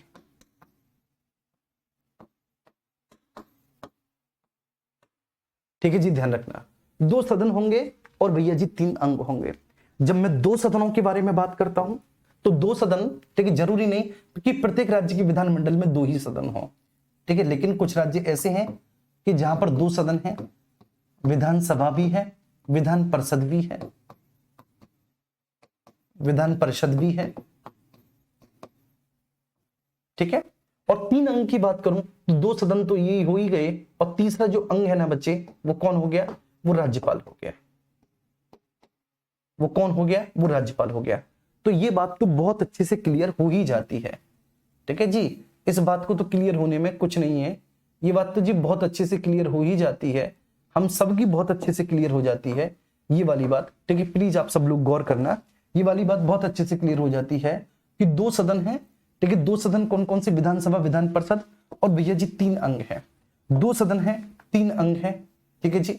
अभी जो दो सदन है, एक विधानसभा एक विधान परिषद है, दो सदन, और तीन अंग है, ठीक है। इसमें विधानसभा, विधान परिषद और एक राज्यपाल आ गया, तो तीन अंग हो गए। क्लियर है? अच्छा, अब हम नेक्स्ट आगे चलते हैं।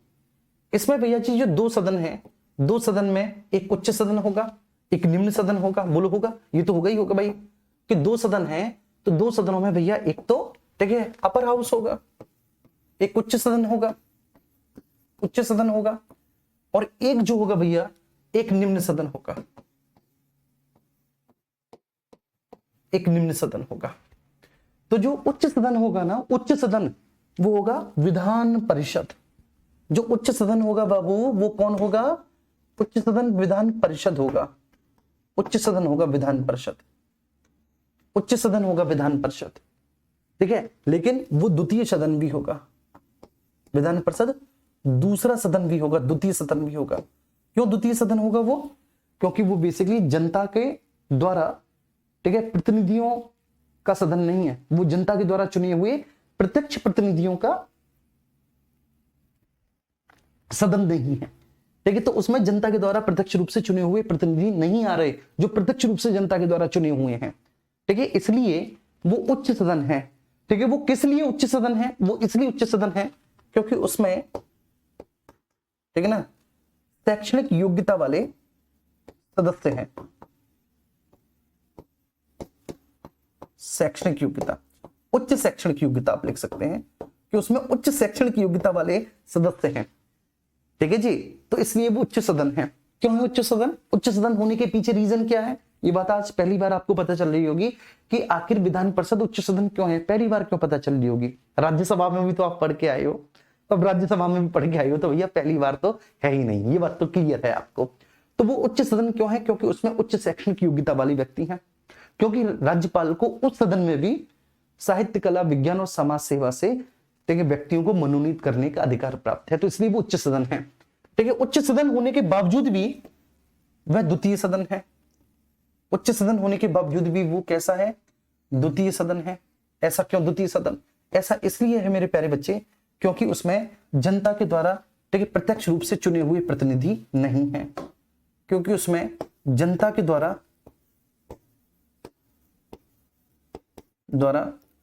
प्रत्यक्ष रूप से चुने हुए प्रतिनिधि नहीं है, रूप से निर्वाचित प्रतिनिधि नहीं है, प्रतिनिधि नहीं है।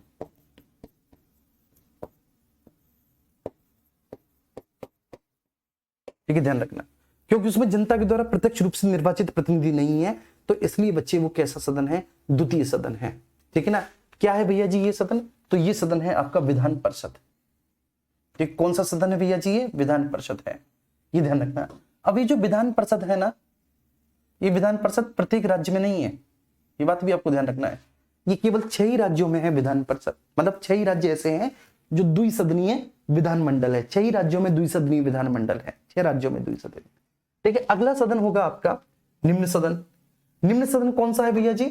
निम्न सदन विधानसभा है, विधानसभा। तो जो निम्न सदन है, निम्न सदन भैया जी कौन सा है? मेरे साथ साथ बोलेंगे, विधानसभा। ठीक है, लेकिन निम्न सदन होने के बावजूद भी वो कैसा सदन है? वो प्रथम सदन है। निम्न सदन होने के बावजूद भी वो कैसा सदन है? तो निम्न सदन होने के बावजूद भी वो पहला सदन है, प्रथम सदन है। वह क्यों है प्रथम सदन? क्योंकि उसमें जनता के द्वारा प्रत्यक्ष रूप से चुने हुए प्रतिनिधि आते हैं, इसलिए वो प्रथम सदन है। प्रथम सदन क्यों है?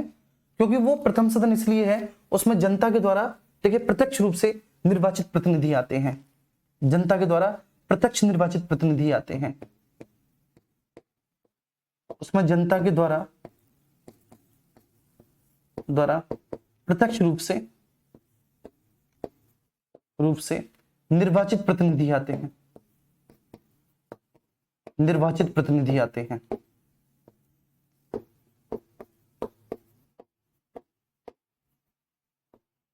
निर्वाचित प्रतिनिधि आते हैं, तो उसमें सब जनता के द्वारा प्रत्यक्ष रूप से निर्वाचित प्रतिनिधि आते हैं। डेट्स वाई बच्चे वो कैसा सदन है? प्रथम सदन है। मतलब ये बात तो समझ में आ गई सर, इसमें कोई बात नहीं है। ठीक है, प्रथम सदन है। लेकिन वो निम्न सदन क्यों है? सवाल उठता है निम्न सदन क्यों है? क्योंकि उसमें बेटा निम्न शैक्षणिक योग्यता वाले व्यक्ति भी होते हैं, निम्न शैक्षणिक योग्यता वाले व्यक्ति भी होते हैं। उच्च भी हो सकते हैं, लेकिन उच्च शैक्षणिक योग्यता वाले व्यक्तियों की कोई गारंटी नहीं है कि उसमें उच्च शैक्षणिक योग्यता वाले व्यक्ति हो।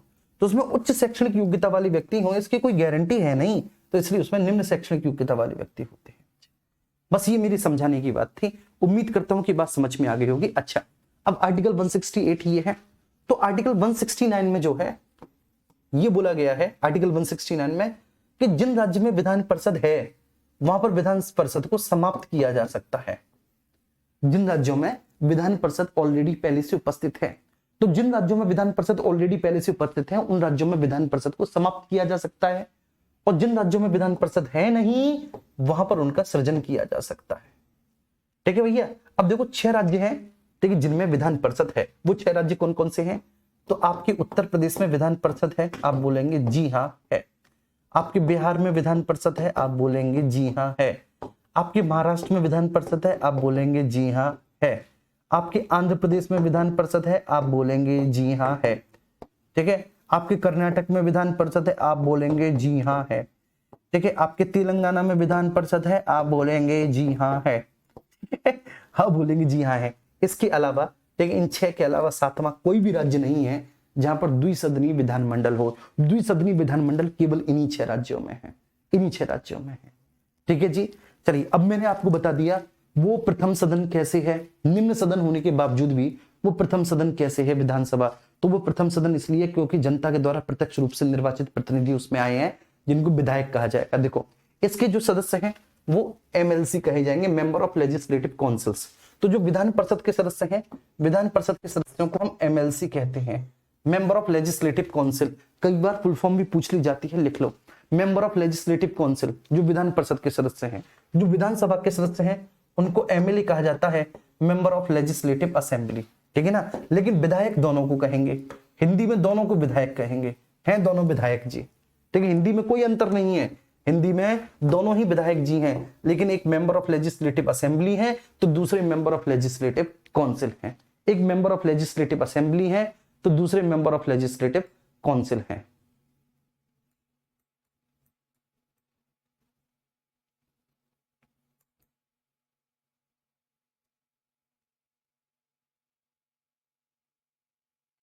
एकदम करेजवा चीर के पढ़ावा जात हैं आप।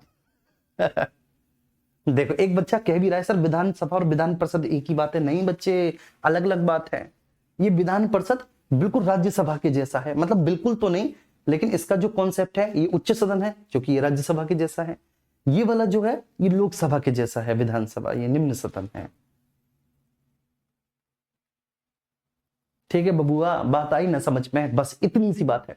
6 राज्य ऐसे हैं जहां पर द्विसदनीय, जहां पर बेटा क्या, जहां पर द्विसदनीय विधानमंडल है। ये 6 राज्य हैं ऐसे जहां पर द्विसदनीय विधानमंडल है। ये 6 के 6 मैंने लिख दिए। ठीक है, मैं लिख भी दूं यहां पर, चलिए मैं लिख देता हूं बच्चे कि यहां पर द्विसदनीय विधानमंडल है, विधानमंडल है यहां पर द्विसदनीय। ठीक है, ये बात समझ में आ रही है? बस इतनी सी बात है यार, और क्या। आगे बढ़ते हैं ना, चलो आगे बढ़ते हैं।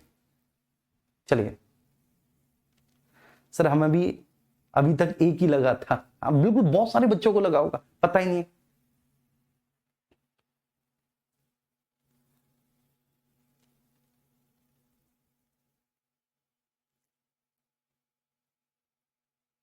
बहुत अच्छे। ठीक है, तो सबसे पहले देखो आर्टिकल 168 तो समझ में आ गया।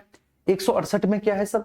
आर्टिकल 168 में तो राज्य का विधानमंडल है, उसके गठन है 168 में। ठीक है, अब लेकिन अब हमें चलना है 169 पे। 169 क्या है बच्चे? 169 देखो सब लोग यहां पे आओ। 169 क्या है? 169 बोलता है कि भैया जहां पर विधान परिषद है, ये 169 है। 169 बोलता है कि जहां पर विधान परिषद पहले से उपस्थित है, जहां पर विधान परिषद है पहले से उपस्थित, वहां पर विधान परिषद की समाप्ति। ठीक है, जहां पर विधान परिषद पहले से है वहां पर समाप्ति, जहां पर नहीं है वहां पर विधान परिषद का सृजन। ठीक है, तो जिस भी राज्य में विधान परिषद पहले से है, 6 राज्यों में विधान परिषद पहले से है, तो वहां पर विधान परिषद की समाप्ति कैसे हो सकती है? और जहां पर नहीं है, तो बाकी के बचे हुए 22 राज्यों में नहीं है विधान परिषद, तो वहां पर बेटा उनका सृजन कैसे हो सकता है, क्रिएशन कैसे हो सकता है? तो इस बारे में चर्चा आर्टिकल 169 में की गई है। मैं बताता हूं कैसे। देखो बेटा, विधानसभा तो सभी राज्यों में होती है, मानते हो ना? विधानसभा तो सभी राज्यों में है, सभी राज्यों में विधानसभा है। विधानसभा मेरे प्यारे बच्चे निम्न सदन है। बोलो, निम्न सदन होने के बावजूद भी बच्चे वो प्रथम सदन है, प्रथम सदन है। और सबसे इंटरेस्टिंग बात, और मेरे प्यारे बाबू, ठीक है, तुम लोग ऐसा लगता है इतना बोलते हैं मेरे प्यारे बाबू, आदत पड़ गई है बेटा हमें भी। ठीक है, प्यारे बाबू बोलने की बहुत पुरानी आदत है। कुछ आदतें बहुत पुरानी होती हैं लेकिन जो अच्छी होती हैं, ना ही छूटे तो बढ़िया बात है। कभी बाबू कोई और था, अब बाबू तुम हो गए। चलिए, तो विधानसभा ठीक है निम्न सदन है, प्रथम सदन है। ठीक है ना? और इसके अलावा the most interesting fact is that बच्चे, वो क्या कि ये जनता का सदन है।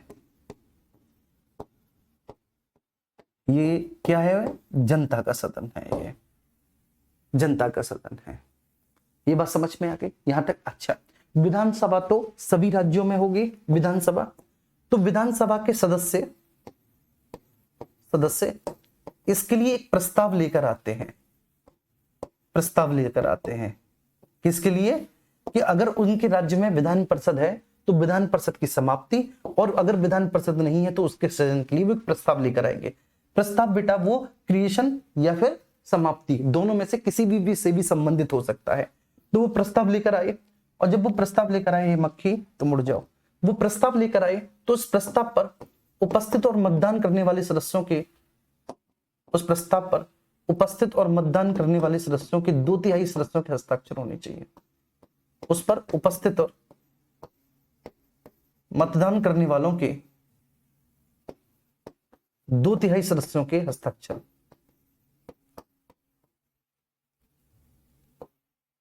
होने चाहिए। ठीक है, उपस्थित और मतदान करने वालों के 2/3 के हस्ताक्षर बेटा उस पर होने चाहिए। ठीक है, अब हस्ताक्षर हो गए। ठीक है, हस्ताक्षर हो गए, किससे हो गए? विधानसभा से। तो विधानसभा के ठीक है, उपस्थित और मतदान करने वाले सदस्यों के 2/3 सदस्यों के हस्ताक्षर उस पर हो गए। जैसे हस्ताक्षर हो गए तो विधानसभा से, अभी ये कहां से चल रहा है, विधानसभा से चल रहा है, अभी विधानसभा के सदस्यों तक है।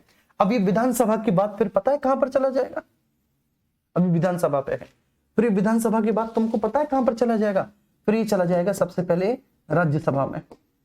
अभी जो राज्यसभा के सदस्य हैं, राज्यसभा के सदस्य इस पर साधारण बहुमत करेंगे, साधारण बहुमत।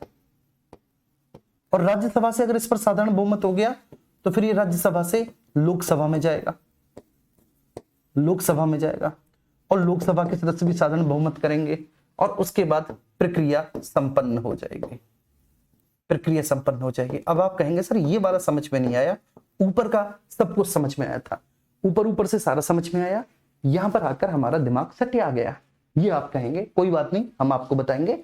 तो देखो विधानसभा तो सभी में है, लड़ाई केवल किसकी है कि भाई विधान प्रसिद्ध नहीं है तो उसका सृजन कर दिया जाए पर, और या फिर है तो उसको समाप्त कर दिया जाए। लड़ाई इसी बात की है, अगर है तो सृजन कर दिया जाए, नहीं है तो भैया जी उसको समाप्त कर दिया जाए। तो जो विधानसभा के सदस्य हैं, ठीक है, वो एक प्रस्ताव लेकर आएंगे विधानसभा के सदस्य, और वो सदस्य अपने उपस्थित और मतदान करने वाले 2/3 सदस्यों का उस पर हस्ताक्षर करेंगे।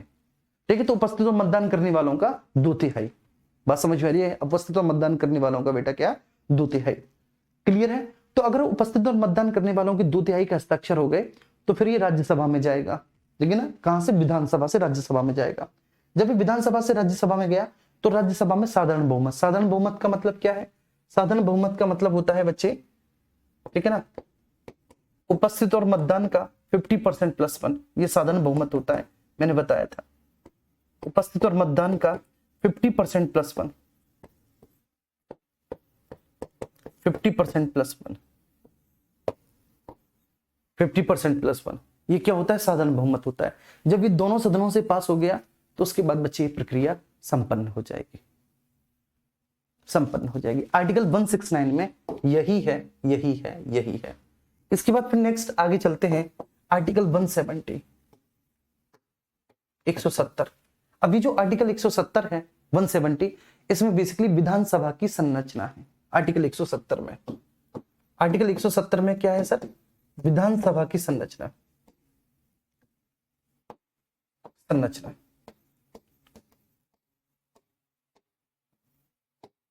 विधानसभा की संरचना है आर्टिकल 170। उम्मीद करता हूं कि बात आपको बहुत अच्छे से समझ में आ गई होगी, ठीक है। चलिए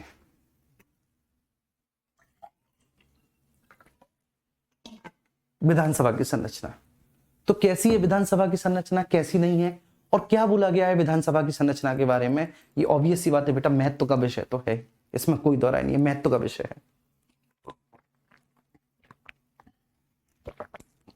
विधानसभा की संरचना में बाबू इतना भूला गया है, यहां से प्रश्न आता है, ठीक है, पीसीएस में 2 बार यहां से प्रश्न आया, यूपीएसआई में भी यहां से प्रश्न आने की संभावना है। तो बच्चे यहां पर विधानसभा की संरचना में ये बोला गया है कि विधानसभा में, किसी भी राज्य की विधानसभा में अधिकतम सदस्यों की संख्या, ठीक है, 500 या उससे कम, और न्यूनतम की 60 या उससे ज्यादा होगी। बात आ गई समझ में, ठीक है। तो विधानसभा की संरचना में एक बात बोली गई सर, वो ये बोली गई कि किसी भी राज्य की विधानसभा में, किसी भी राज्य की विधानसभा में 500 से ज्यादा और 60 से कम सदस्य नहीं हो सकते। बात तो वही हुई कि भैया जी 500 से ज्यादा नहीं हो सकते और 60 से कम नहीं हो सकते, है ना, 500 से ज्यादा नहीं हो सकते, 60 से कम नहीं हो सकते। तो किसी भी राज्य की विधानसभा में देखिए 500 से ज्यादा नहीं हो सकते और जी 60 से कम नहीं हो सकते। मैं फिर से बोल रहा हूं, 500 से ज्यादा नहीं हो सकते जी और 60 से कम नहीं हो सकते। उम्मीद करता हूं कि ये बात आपको बहुत अच्छे से समझ में आ गई होगी, ठीक है। ये तो बोला 500 से ज्यादा नहीं हो सकते, 60 से कम नहीं हो सकते। आगे बढ़ते हैं थोड़ा सा और इस चीज को समझने की कोशिश करते हैं, ठीक है ना। वास्तव में ये बात तो हकीकत है कि कोई भी राज्य की विधानसभा ऐसी नहीं है, किसी भी राज्य की विधानसभा ऐसी नहीं है, ठीक है, जहां पर 500 से ज्यादा सदस्य हो। किसी भी राज्य की विधानसभा नहीं है, तुम्हारी कसम, किसी भी राज्य की विधानसभा ऐसी नहीं है जहां पर 500 से ज्यादा सदस्य हो। हाँ, लेकिन ऐसी कई सारी विधानसभाएं हैं जहां पर 60 से कम सदस्य हैं, ठीक है। तो कई विधानसभाएं ऐसी हैं भैया जहां पर 60 से कम सदस्य हैं, कई विधानसभाएं ऐसी हैं जो 60 से कम सदस्य हैं। कौन कौन सी विधानसभाएं हैं, ठीक है सर। गोवा है, गोवा में ठीक है ना। विधायकों की संख्या 40 है, मतलब गोवा विधानसभा में सदस्यों की संख्या 40 है, गोवा में 40 है, ठीक है। मिजोरम है, मिजोरम में भी 40 है, गोवा और मिजोरम में 40-40 है, मिजोरम में 40-40 है, ठीक है। पुदुचेरी है,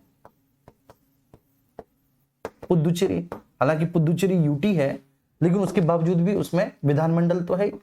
अरे बेशक यूटी सही, लेकिन उसके साथ साथ बेटा उसमें विधानमंडल तो है ही पुदुचेरी में, विधानमंडल तो है ही पुदुचेरी में, ठीक है। तो पुदुचेरी है, पुदुचेरी में जो संख्या है बेटा 33 है, पुदुचेरी में 33 है। और उसके बाद फिर सिक्किम है, सिक्किम में एक कम है पुदुचेरी से भी, सिक्किम में विधानसभा सदस्यों की संख्या 32 है। ये अपवाद हो गए, मतलब ये बोला गया है आर्टिकल 170 में कि किसी भी विधानसभा में 500 से ज्यादा 60 से कम सदस्य नहीं होंगे, ठीक है जी। और सदस्यों की जनसंख्या, सदस्यों की संख्या का निर्धारण उस राज्य की जनसंख्या के आधार पर किया गया है, ये ध्यान रखना, ठीक है ना। सीटों का निर्धारण उस राज्य की जनसंख्या के आधार पर किया गया। मैं लिख देता हूं नोट में, नोट में कि विधानसभा सदस्यों की सीटों का निर्धारण या विधानसभा में सीटों का निर्धारण, सीटों का निर्धारण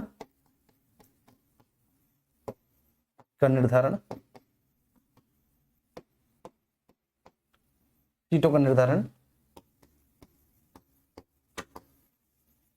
जनसंख्या के अनुपात में किया गया है,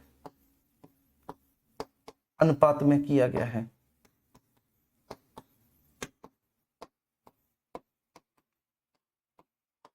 किया गया है,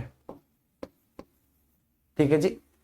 तो विधानसभा की सीटों का जो निर्धारण है, विधानसभा की सीटों का निर्धारण जनसंख्या के अनुपात में किया गया है, सीटों का निर्धारण जनसंख्या के अनुपात में किया गया है।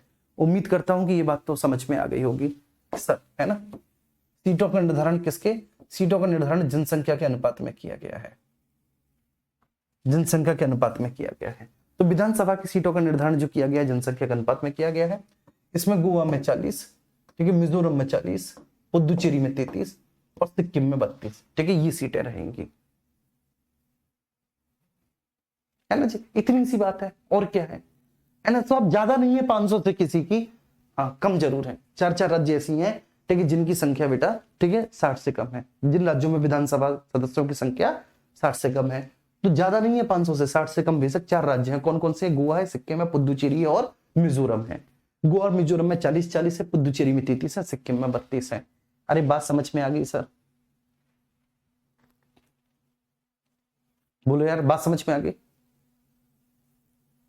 बस इतनी सी बात है, बस मैं यही बताना चाह रहा था। सब लोगों ने बोल दिया कि हाँ सर समझ में आ गई, ठीक है। इसमें एक आर्टिकल 333 और था, यहां से प्रश्न आ सकता है। एक आर्टिकल 333 था, ठीक है ना। आर्टिकल 333 में ये था प्रावधान कि राज्यपाल को विधानसभा में एक एंग्लो इंडियन को मनोनीत करने का अधिकार था। विधानसभा में एक एंग्लो इंडियन को मनोनीत करने का अधिकार था, मनोनीत करने का अधिकार था। तो राज्यपाल को विधानसभा में एक एंग्लो इंडियन मनोनीत करने का अधिकार था, यदि लगता है वास्तव में कि उसमें एंग्लो इंडियन का प्रतिनिधित्व तो नहीं है। अगर राज्यपाल को यह लगता है कि एंग्लो इंडियन का पार्टिसिपेशन नहीं है, एंग्लो इंडियन का रिप्रेजेंटेशन नहीं है, तो राज्यपाल को विधानसभा में एक एंग्लो इंडियन मनोनीत करने का अधिकार था।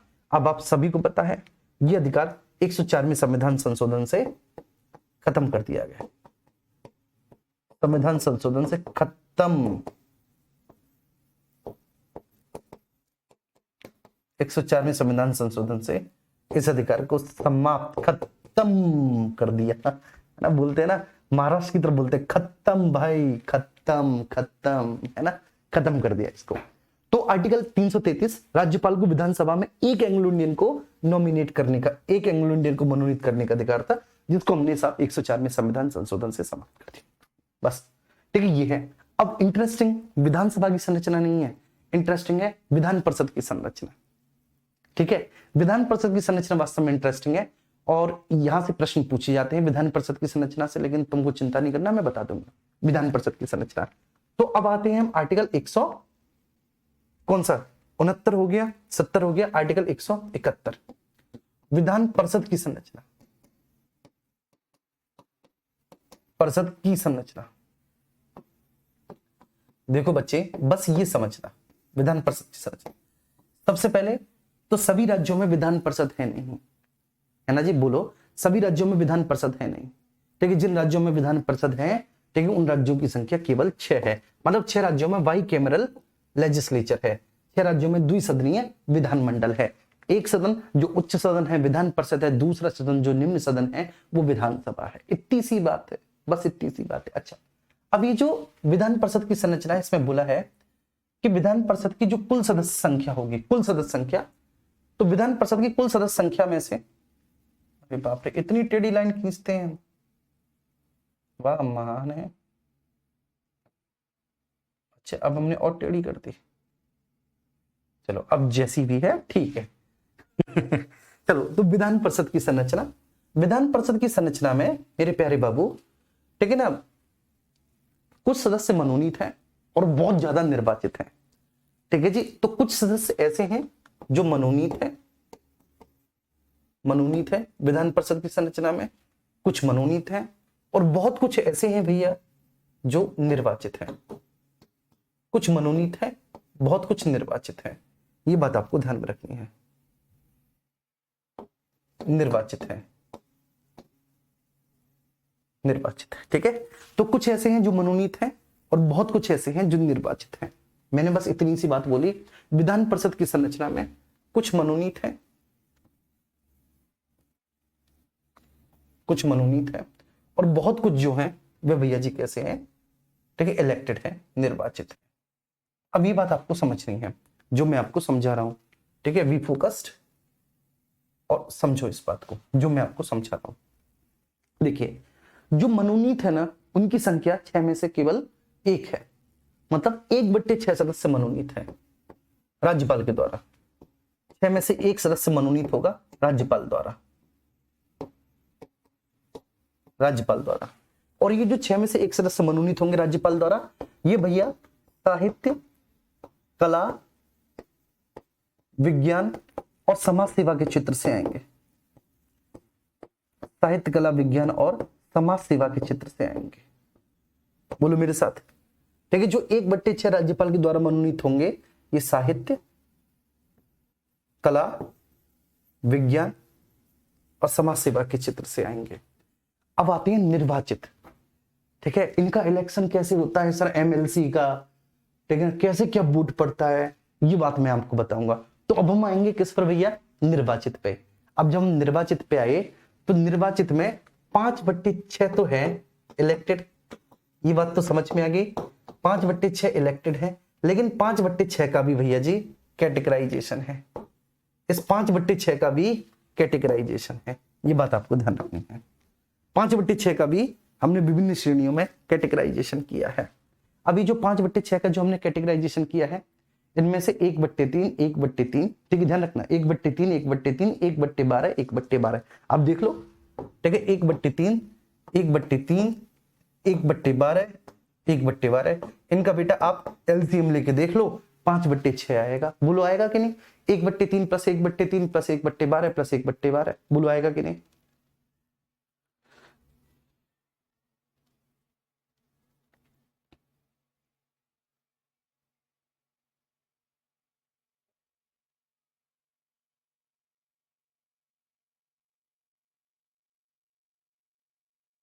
अरे बोलो यार, एक बार बताओ सब लोग, क्लियर है ना? बोलो क्लियर है ना? बोलो हाँ सर क्लियर है। बोलो हाँ गुरुदेव क्लियर है।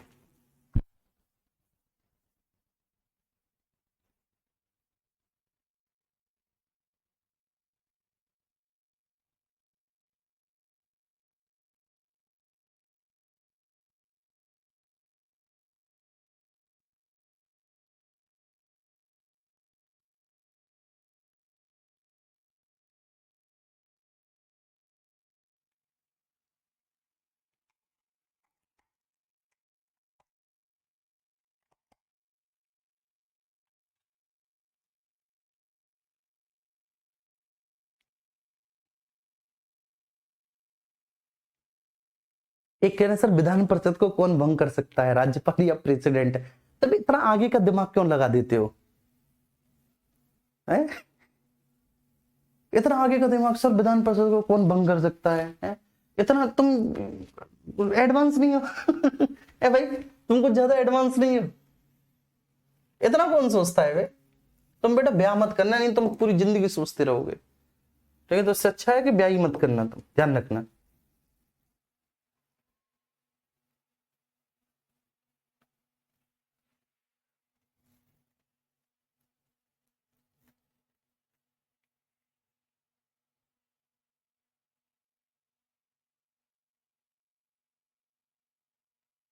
चलिए, क्लियर है?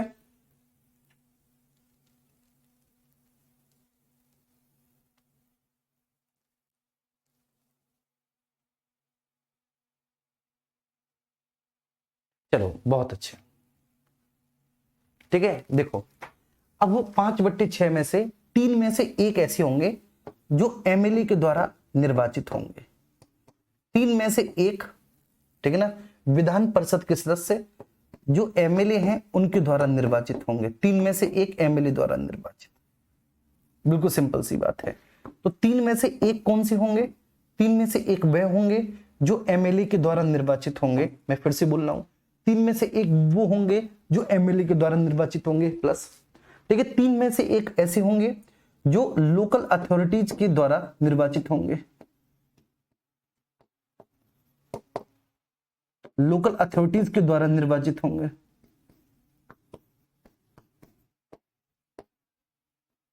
द्वारा निर्वाचित होंगे, ठीक है सर। तो 3 में से एक ऐसे होंगे, 3 में से एक जो लोकल अथॉरिटीज के द्वारा निर्वाचित होंगे। किसके द्वारा? लोकल अथॉरिटीज के द्वारा निर्वाचित होंगे।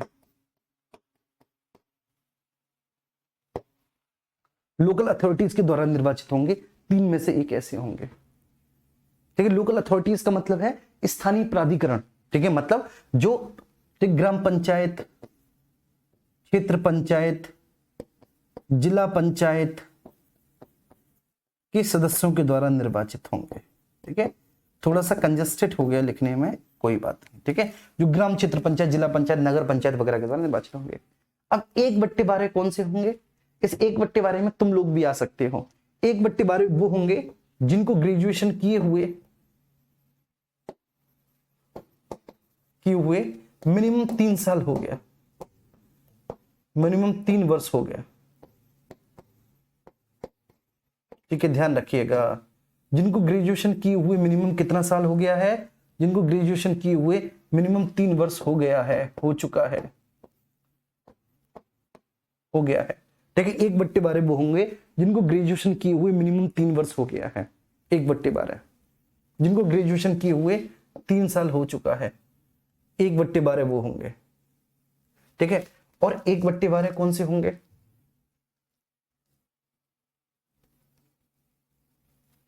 1/12 कौन से होंगे?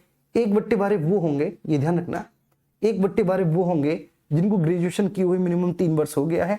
1/12 वो होंगे, ठीक है, जो सेकेंडरी गवर्नमेंट, ध्यान रखना, प्राइवेट नहीं, सेकेंडरी और सीनियर सेकेंडरी में, सीनियर सेकेंडरी में मिनिमम 3 साल से टीचर हो, मिनिमम 3 साल से टीचर हो, सरकारी टीचर हो, मिनिमम 3 साल से टीचर हो। तो जिनको ग्रेजुएशन किए हुए मिनिमम 3 वर्ष हो चुका है वो भी वोट दे सकते हैं, ठीक है ना, एमएलसी को। और जिनको, ठीक है ना, सीनियर सेकेंडरी और सेकेंडरी स्कूल में पढ़ाते हुए जिन टीचर्स को मिनिमम 3 साल हो चुकी है टीचिंग को, वो भी वोट कर सकते हैं 1/12 सदस्यों को। उम्मीद करता हूं ये बात समझ में आ गई होगी।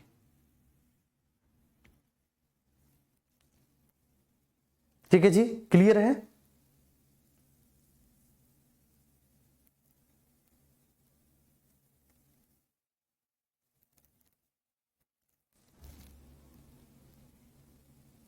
जी ठीक है। अब इसके बाद जो नेक्स्ट अगला आर्टिकल होगा 172। आर्टिकल 172 में सदनों की अवधि होगी। अब 172 में जब सदनों की अवधि होगी तो विधानसभा की अवधि 5 साल की है। और विधान परिषद एक स्थायी सदन है, राज्यसभा की भांति विधान परिषद को भंग या विघटित नहीं किया जा सकता, समाप्त किया जा सकता है लेकिन भंग या विघटित नहीं किया जा सकता। क्यों? क्योंकि वो राज्यसभा की भांति एक स्थायी सदन है। लिख लो आर्टिकल 172, लिखो बच्चे सब लोग, आर्टिकल 172 राज्य विधानमंडल के सदनों की अवधि, राज्य विधानमंडल के सदनों की अवधि लिखो, राज्य विधानमंडल के सदनों की अवधि।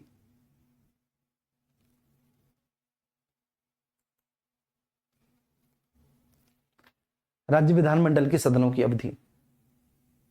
हाँ मैं पढ़ा तो रहा हूं बेटा, ठीक है, लिखो आर्टिकल 172 172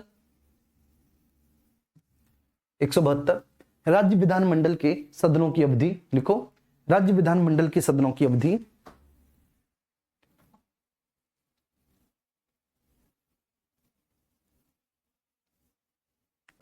राज्य विधानमंडल के सदनों की अवधि।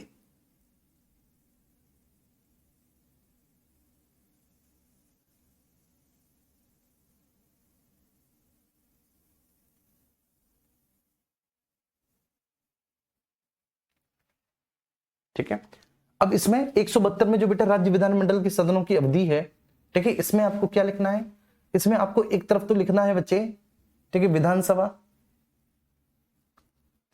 इसमें एक तरफ तो क्या लिखना है, इसमें एक तरफ विधानसभा लिखना है, विधानसभा, विधानसभा लिखना है, विधानसभा, दूसरी तरफ विधान परिषद। अब आप खुद लिख लो भाई, खुद आप इतने समझदार हो चुके हो, विधानसभा और दूसरी तरफ विधान परिषद, लिख लो विधानसभा, लिख लो बेटा विधानसभा एक अस्थायी सदन है, स्थायी सदन है, सदन है, और जो इसकी अवधि है वह 5 वर्ष की है, 5 वर्ष की है। अस्थायी सदन है, विधानसभा की अवधि 5 वर्ष की है, ठीक है, इसको विघटित या भंग भी किया जा सकता है, समय से पहले किया जा सकता है, ठीक है जी। विधान परिषद के बारे में लिख लो जी, जो विधान परिषद है स्थायी सदन है, स्थायी सदन है, ठीक है, समाप्त तो किया जा सकता है, किया जा सकता है, 169 में बोला है समाप्त किया जा सकता है, 169 के प्रावधानों के तहत हम इसको समाप्त कर सकते हैं, लेकिन हम इसको विघटित या भंग नहीं कर सकते, हम इसको विघटित या भंग नहीं कर सकते, नहीं कर सकते,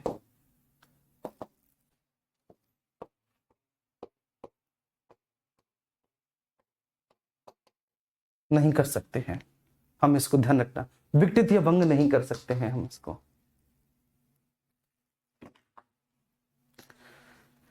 ठीक है।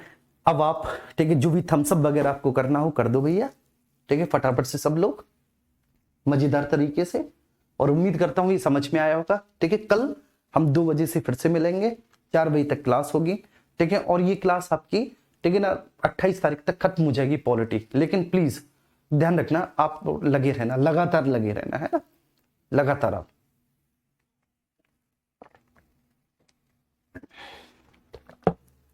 ठीक है। 28-29 तक पॉलिटी खत्म, आपका एक विषय खत्म, आपके ऊपर से जो बोझ है, जो दबाव है, वो पूरी तरह से हट चुका होगा। फिर आपको पॉलिटी की प्रैक्टिस करनी है, मैं बता दूंगा प्रैक्टिस कहां से कर लेना, ठीक है बस। और उसके बाद में जब यूट्यूब पर पॉलिटी लेकर आऊंगा, तो मेरी जो यूट्यूब वाली पॉलिटी होगी उसको आप अच्छे से,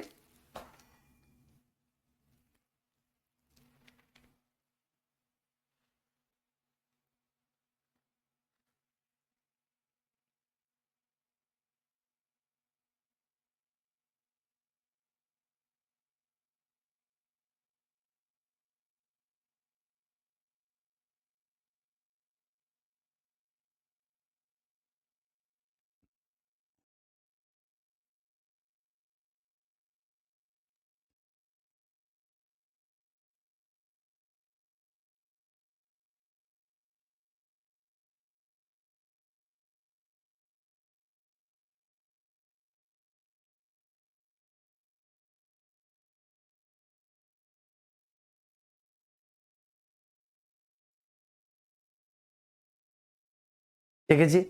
लव यू टू, आपको ढेर सारा प्यार, सब लोगों को बहुत बहुत, ख्याल रखो अपना, मस्त रहो।